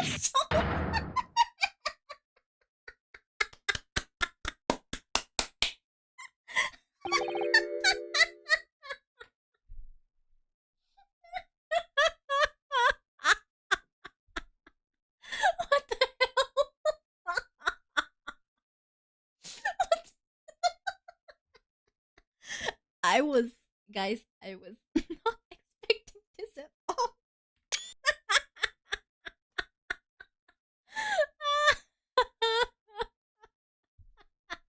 Physical demonstration using himself. He's dead. Yeah, that's right. He's dead. They're both dead. Goodbye. Right on top of his husband.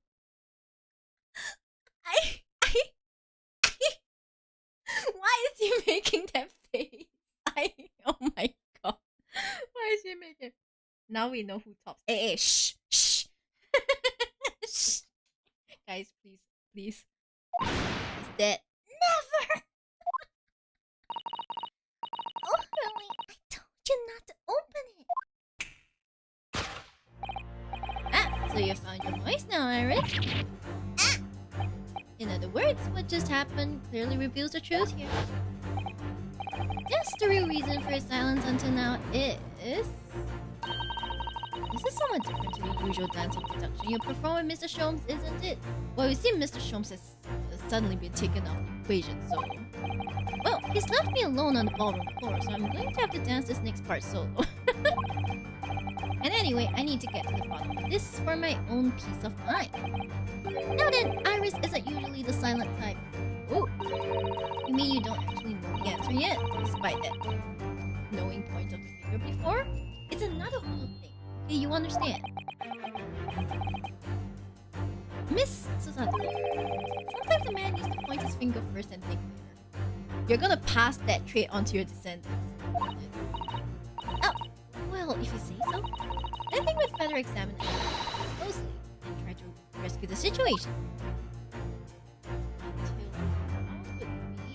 Oh, she's hiding. What's this? It's a key. I want you to check it.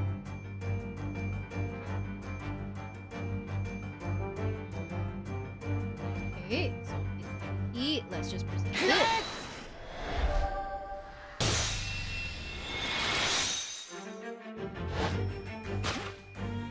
Yes, the real reason for silence until now is that key behind your back. Ah! The Mr. Shomes was thrown into the air before.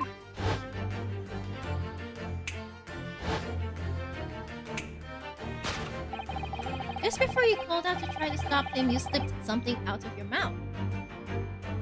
Oh, so she was hiding it in her mouth under. That something is the key now in your hands. No doubt the key to the chest. You're so clever, Runo. So now it becomes clear. Thanks to Mr. Shomes' graphic demonstration. We can well imagine what happened. Professor Mikotoba also opened that metal chest only to be punched into the air.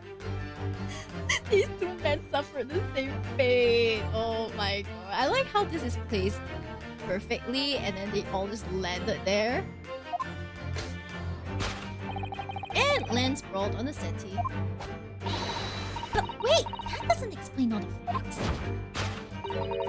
What about the stylish scarf? The cup of tea? And the book all... Why would he be wearing some? Well, for those curious details, I can think of only one explanation. Really an unbelievable miracle took place in this room. Isn't it right, Iris? Consider how the room was arranged before this whole painful experience took place. When Professor Mikoto opened the chest, completely unaware of what awaited him inside, the mask was flung into the air just as he was, to land neatly on his face and fell back down. And the teacup's journey through the air ended when it caught on the unconscious professor's finger. You mean to say that the stylish scarf? It's actually just a tablecloth. This is the great detective's office, after all, a place of miraculous deductions.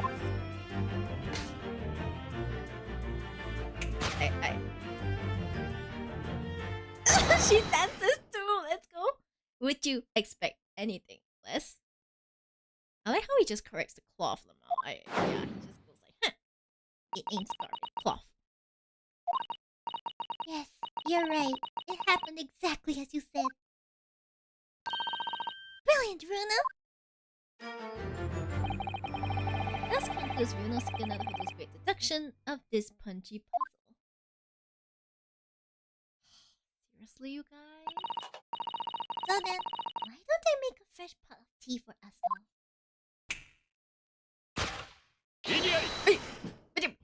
Wait, when did you wake up? When did you wake up? An admirable performance, Mr. Naruhodo. But in the final act of the show there, you rather missed everything. Hey, shut up. But, Mr. Shones! If you would cast your mind back to my earlier... Iris, clearly you're hiding a great secret. She is? From the look on her face. Mr. Schultz must be right. Whatever the great secret is, the cat isn't out of the bag yet. Well, this is a new expression from him. So I put it to you again. You were attempting to abscond with that coffee. No! It really is a shame about Mr. Schultz's cup. It must have been smashed when Professor Mikoto test. Well, you can go after Professor Mikotoma for that. Oh dear, so many things seem to have been broken here. Now that the deduction has taken a different direction, Iris doesn't seem to be trying to hide the broken cup anymore. In other words, her big secret is something else. Let's put our observation was supposed to work one final time then.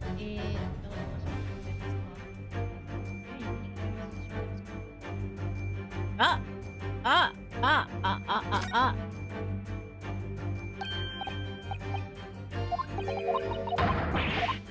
Linear.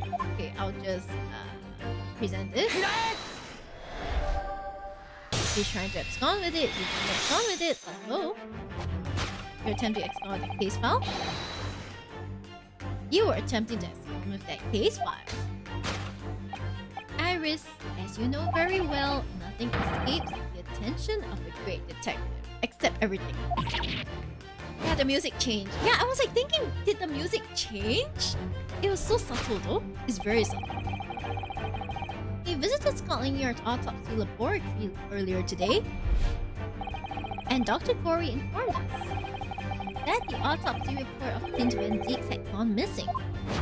They just added an instrument in there. Damn, you even knew that's the change? Clint Van Zeeks. Yes, I do seem to recall that some years ago I asked to see the report in question. You were with me, weren't you, Iris?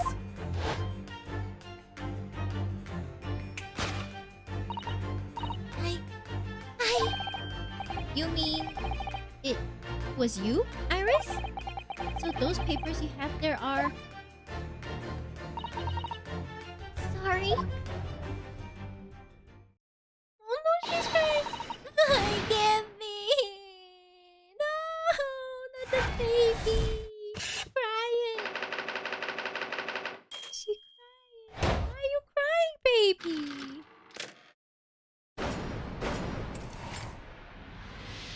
Okay, completed.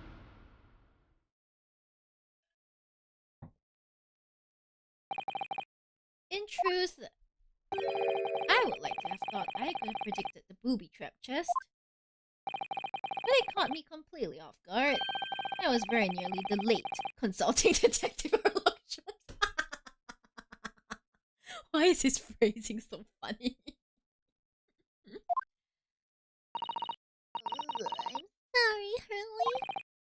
So you mean this autopsy report really is? Yes, I took it from the lab, even though I knew it was very important.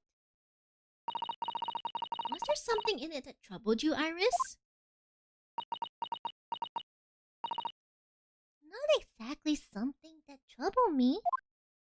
She's 10 in this game? Yeah, she's like 10. Something I've been looking for. When I saw this report, when I saw the writing in it, I knew it was Daddy's. Oh, she was 8 then. They're writing? Your father's writing? What do you really mean? Baby! Iris? There must be something that's hard for her to talk about. Forgive me for interrupting, my dear fellows. Mr. Sholmes, what is it? I feel as though the poor unconscious gentleman on the settee has been somewhat forgotten. Oh my... Father! Wake him up. Perhaps you should find our guest somewhere more peaceful to rest. Mr. Naruhodo? Yes? Would you be so kind as to lend him your bed? We must do our very best to make him comfortable. Oh, yes, of course. I'll help you carry him up. So will I. No, I can manage it. You have tea to it. We wouldn't want Iris' Brutus to do. So he did it himself. Alright. Because there's no better way to make the professor comfortable than dragging him upstairs like a trunk. What is going on with this dude? Anyway. I wonder. Perhaps that was deliberate. Maybe Mr. Sholmes is making himself scarce to give Iris a chance to talk more freely. We must use this opportunity to talk with Iris. and find out what's going on. Iris, baby, you can talk to us about anything. Come on. Would you like to tell us about it, Iris? About your father? Sure, I told you before, didn't I? That Daddy used to be Hurley's partner.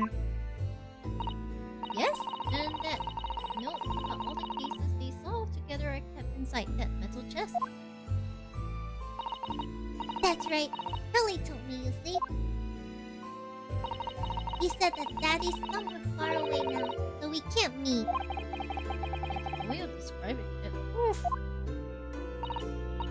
Then, when I secretly unlocked the chest and read through the papers inside, I started to build up a picture in my head of what Daddy must be like. Well, that's only natural. You're just like any other girl of your age. I read that Daddy was a professor of medical science, so I studied and took my degree too.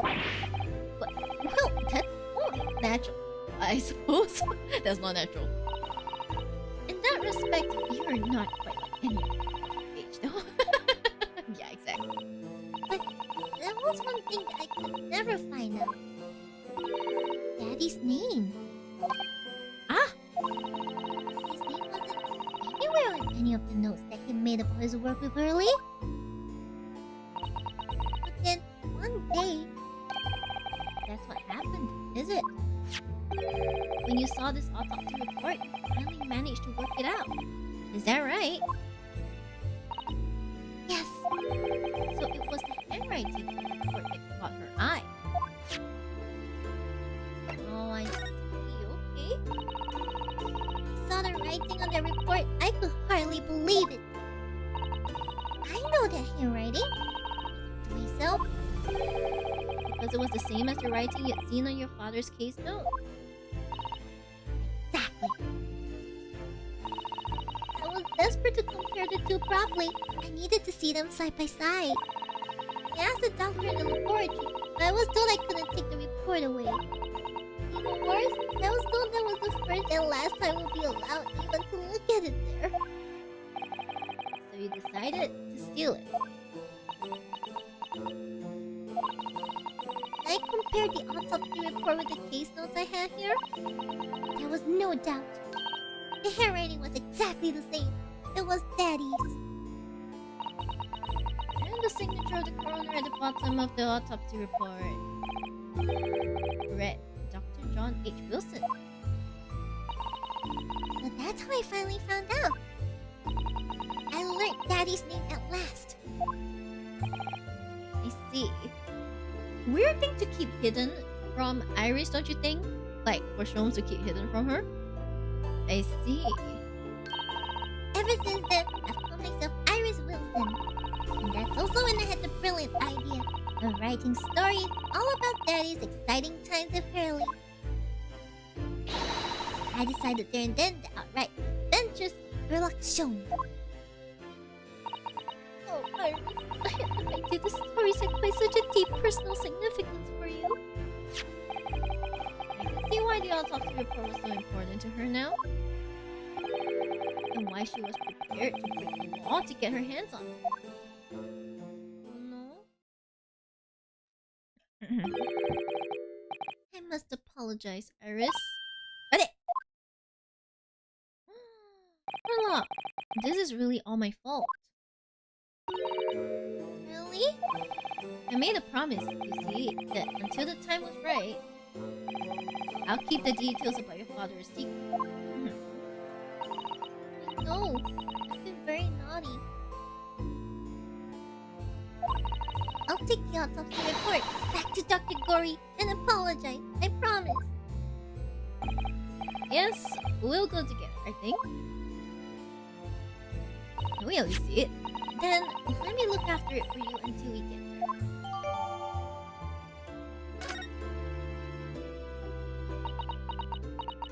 Iris!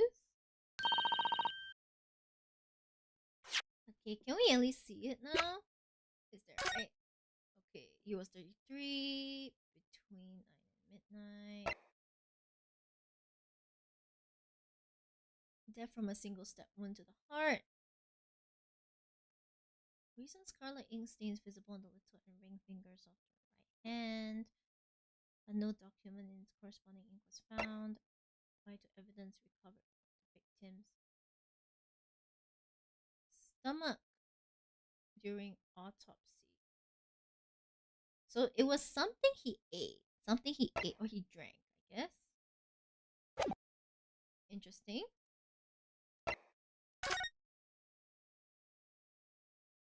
Hold on, let me just see what this.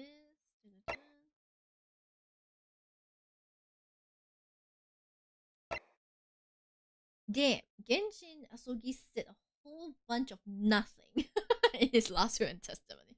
He just said that, like, yeah, everything I have, give it to Kazuma, and then, like, I regret nothing. What? What kind of weapon is this? This is nothing! Oh my god. Jesus, sir. I must go and water my herbs, I think. I'll see you all later. Oh, she needs some time to herself. Poor Iris, she must be feeling awful. I know Mr. Sholmes is here for her, but still.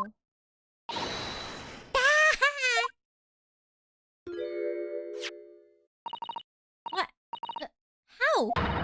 What's the meaning of this, Mr. Sholmes? Mr. Sholmes? Oh, dear me. So, you've noticed, I see. But that will mean... What on earth's the matter, Mrs. Sato? You've turned as white as a sheet. It's this autopsy report, Mr. Naruhodo. The one from 10 years ago. Writing. Isn't Dr. Wilson's at all. What do you mean? How could you possibly know that? Wait, what? Because I know this writing very well. This writing is my father's.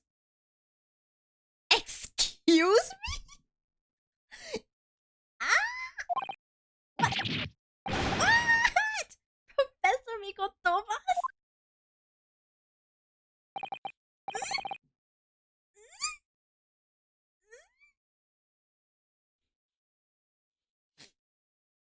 I'm so confused. What? Indeed, it's true. And now you know. My dear fellows. No, what? No, I don't know anything exactly. What on earth does all of this mean, Mr. Sholmes? Because the idea that's slowly forming in my mind is just too extraordinary to believe. Please, you have to explain. Yeah, you gotta explain, sir. What in the world is this? So, this autopsy report was actually penned by Professor Mikotoba then? But that makes no sense! It's not possible, surely? Not possible?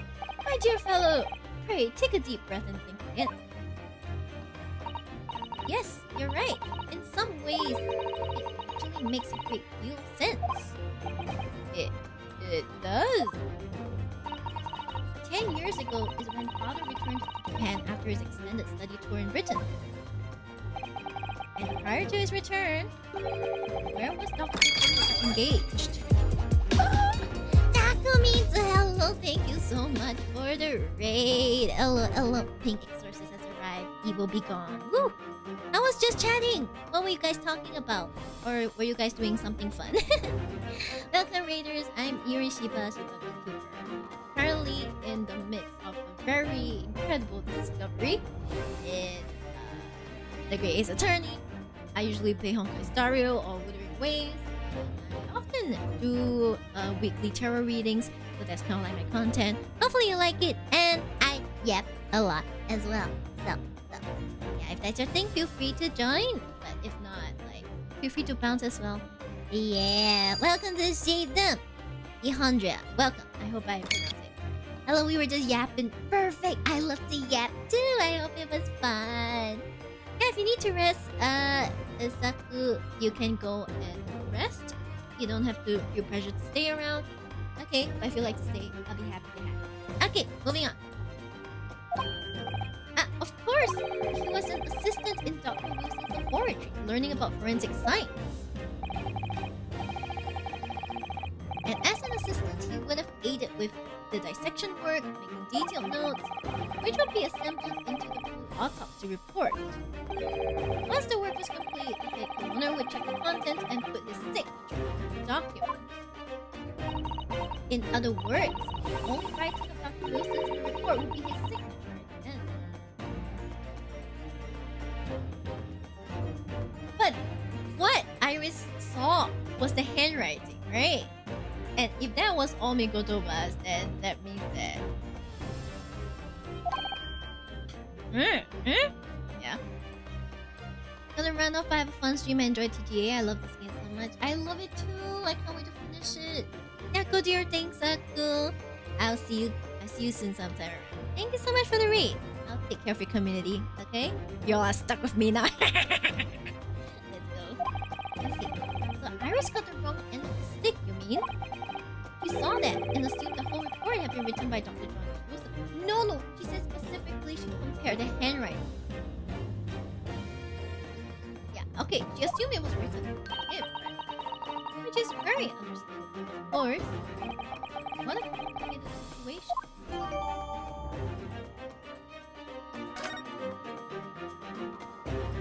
Okay, what about your partner? Like,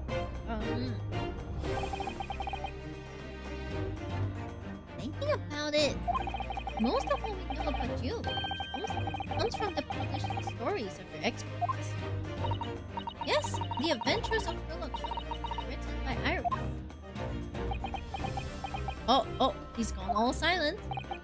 And we really have no way of knowing what's fact and what's fiction. That was troubling for you, my dear fellow. So what about this supposed partner?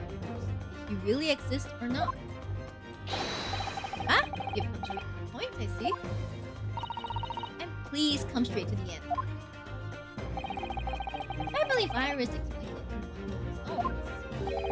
He was a trusted comrade and the only person I could truly have called a friend. Huh? And did this partner of yours truly make a record of all of your cases? Are his notes really stored inside the mental chest? Absolutely, my dear madam. Absolutely. So, where's your partner now? We rarely meet. Uh-huh. You see, he lives on the other side of the world. Oh!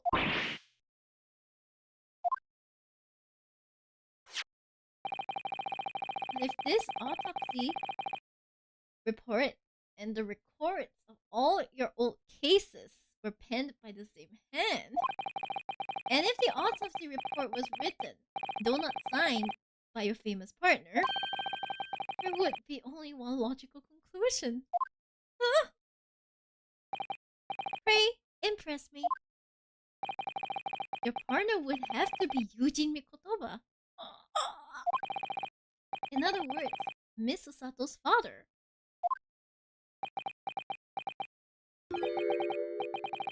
Upon my word, Mr. Naruhodo. Yes? You are coming along wonderfully. You have hit upon the method at last. You have finally grasped the art of deduction. You mean to say? Allow me to introduce you. So he's awake. To my great friend and partner, Mikotoba. But Professor Mikotoba. Wow. Sholmes and Mikotoba. Let's go. Let's go, baby. Let's go. Does this mean that you're the real Dr. Wilson? No, my dear. I'm still myself. You, Jimmy Kotoba, your father. Why is this answer so funny? Of course. This is obviously too much for Sasato-san to take in. Because you can see that loading screen on like her head. That loading icon. I must say though, how my old friend has attained by celebrity as a great mystery solver is the greatest mystery of all.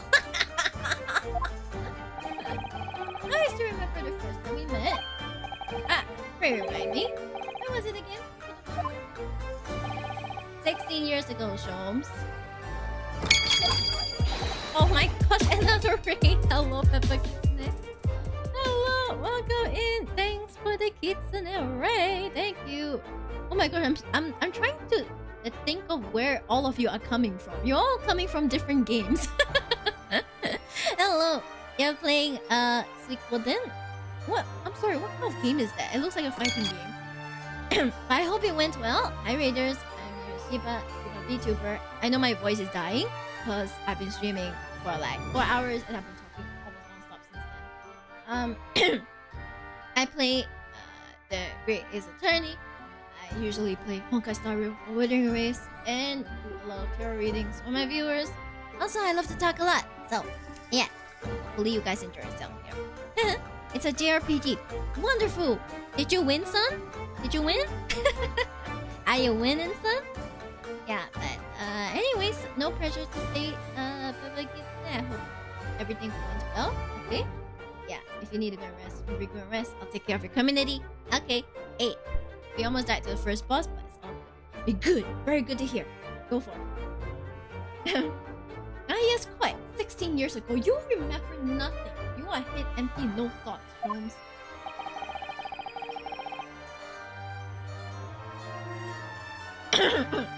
I just arrived from Japan with Seishido and Genshin. 16 years ago, Shomes is 34. They met when Shomes was 18 years old. You're too quick to judge. Fine. Okay? We'll look through this, okay? I was in search of lodgings close to the hospital. Some comfortable rooms at a reasonable price. But rents are definitely high in that particular area. That's right. So I decided I needed someone to share lodgings and the expense. I was fortunate enough to be introduced to Shomes, who found himself in a situation. Oh my god. And then they were roommates. Oh my god. How's the olden days is a turn. And they very fun. I'm enjoying it. They were roommates. And then they were roommates. I can't believe it. They really were roommates.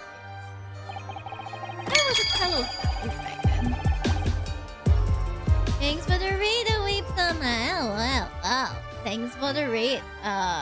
Today we've had quite a lot of raids. Thank you so much for the blessing. And the raid, of course. I come to see the ghost stories. Hello, Whip. Yeah. How was the chat? Objection, we are raided. Objection, I'm dying. Like a raider's eye. So how was just chatting case closed? Blah blah blah blah blah. I really cannot remember. My brain is dying. But yes, welcome raiders. Miyori, Shiba. I'm playing Ace Attorney now because I'm trying to finish up this game. As you can see, I'm at a very, very important juncture. Very unstraight juncture, but important juncture nonetheless. Okay. Normally, I don't really play this game. I do quite a few tarot readings. You like to hear me talk a lot. Hear me lose my voice and everything. And yeah, enjoy my community. But no pressure if you don't like that kind of stuff. Go rest. Go rest. Wait, if you have to. We are playing Minecraft or chatting about random topics. I want to do that soon. I need to go and like update Minecraft and stuff. In fact, I think all my current viewers. Oh, welcome to Shibdom Rules. I think all my current viewers have never seen me play Minecraft. They just know me as that. Honkai player.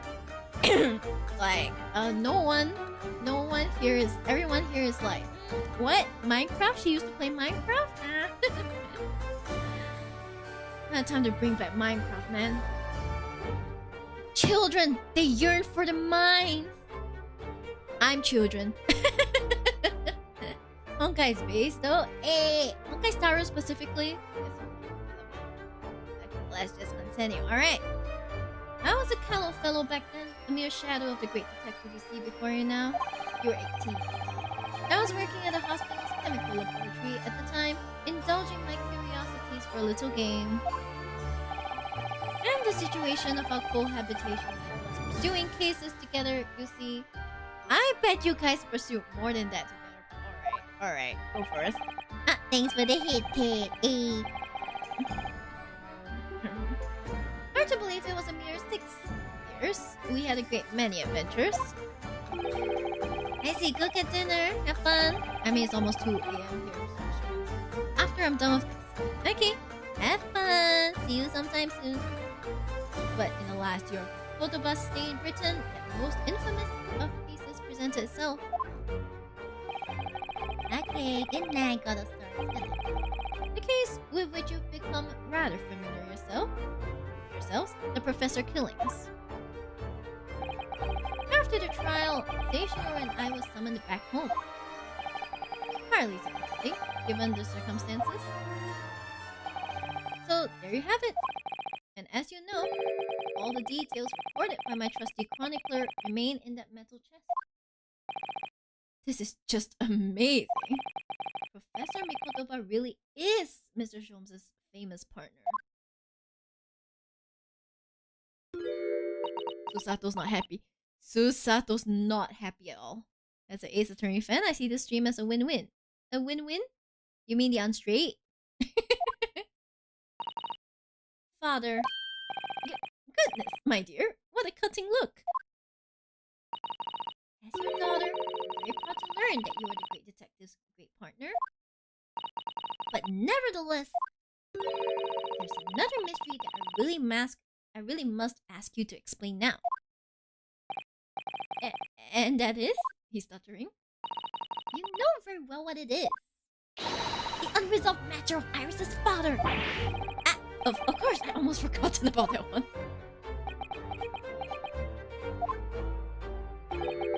I should have seen this coming, I suppose. Yeah, what about the pup? Iris told us that all the notes about the great detective's adventures that are in that metal chest were written by her father. Isn't that correct, Mr. Sholmes? That is indeed what I told Iris. But if you're Mr. Sholmes' partner, and you wrote all those case notes, then Iris's father must be you. Ah! Ah! Ah! Upon my word, Miss Susato. You are coming along wonderfully as well. You two have hit upon the method at last. What? Wait, what's going on? I'm very confused.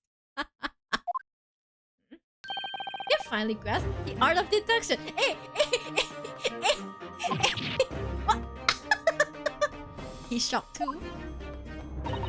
What you've always told me, Mother, is that my mother died when I was born 16 years ago.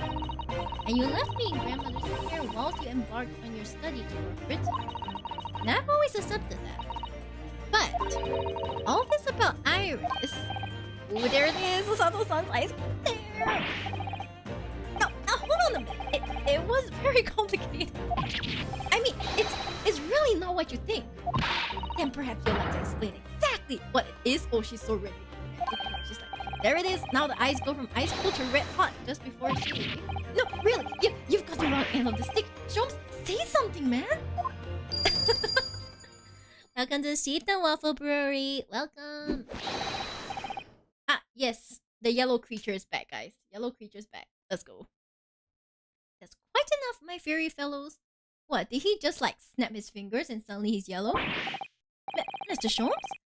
When did he get all dressed up? Whilst I don't like to interrupt this exciting exploration of the past, Mikotoba and I have an urgent matter that requires a short excursion. What urgent matter? But it's very late, Mr. Sholmes. Where must you go? Why, my dear madam, is that not obvious? My partner and I must pursue our natural enemies. What enemies? So, get your coat, Mikotoba. The game is... Oh, wait, the music... The music changed. I've never heard this one before. But Sholmes, I really must give Susato a full explanation, I think. Later, my dear fellow, later. Our carriage waits downstairs already. Are you guys in such a hurry to go on a date? I mean, what? Fine, Michael. You haven't changed one iota ever. Iota? Partners, the famous of exactly. I mean, really. I visit our home 10 long years. And I open that chest in the nostalgia. I quite inexplicably pass out. And as if that wasn't enough, when I eventually regain consciousness, I'm plunged straight into all this. Mother, please. Now, what? I've no doubt it will ever happen. You were acting in everyone's best interests. Oh, she's being so kind. I trust you completely. Subtle. And sending the great detective and his great partner off on renewed adventures together is more than I could have hoped for in my wildest dreams. Okay, she gives blessings for them. Very nice. Very well then, we'll speak again later. So, I believe your own work is done, okay? I wish you the best of luck tomorrow. Yes, Naruhodo. Good luck in battle and in reaching a decision. Decision? About whether to go back to Japan, I suppose? 今日はあまりにもいろいろなことが起こりすぎた。 So much happened that day that I barely knew what to do with myself. しかし、後になって僕たちは知ることになる。 It will only be later that I come to realize その混乱の中にこそ、 how amidst the chaos I unleashed すべての真実を知るために必要な手がかりがあったのだと。 were all the clues I needed to finally unearth the truth. そして僕自身が覚悟を決めるためにも、 And that all the turmoil was necessary それは必要なことだったのかもしれない。 to give me the resolve to see everything through.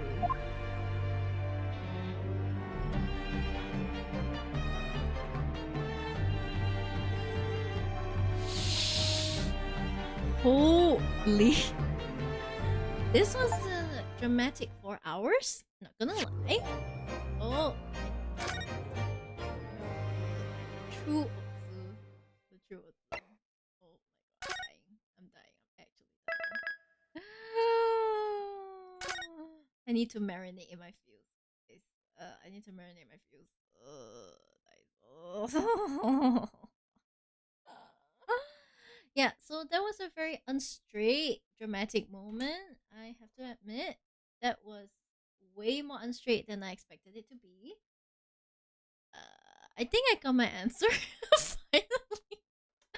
After all these years, I mean not literal years, but you know what I mean, right? You know what I mean by all these years. Okay, so I feel like we're coming along to the end of my journey with my journey with how to say the Great Ace Attorney, like really soon. Man. I feel so nostalgic. I started streaming Ace Attorney when I just started streaming, literally. So I think like 3 years. It's been 3 years. Homomiko. The thing is that I honestly don't know. I'm just here like, I don't know what order I ship them in. I don't know the dynamic, but very solid, very nice. Sister Iris, Sister Bikini specifically as well. Don't we all miss Sister Bikini? We all miss Sister Bikini, guys, don't we? I like Miko Homu more, but yeah. Actually, May, I like Miko Homu more as well. I'm sorry. Ohms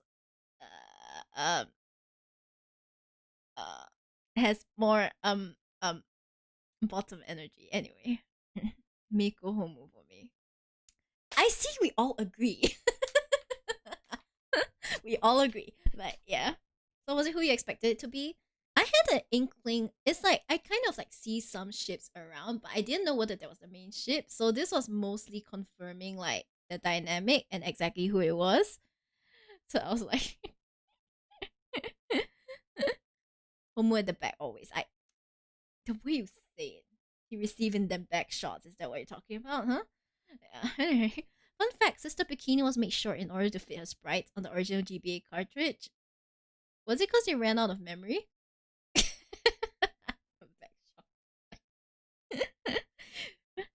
What? I heard back shots. The what? I mean, what? I didn't say anything. What are you talking about?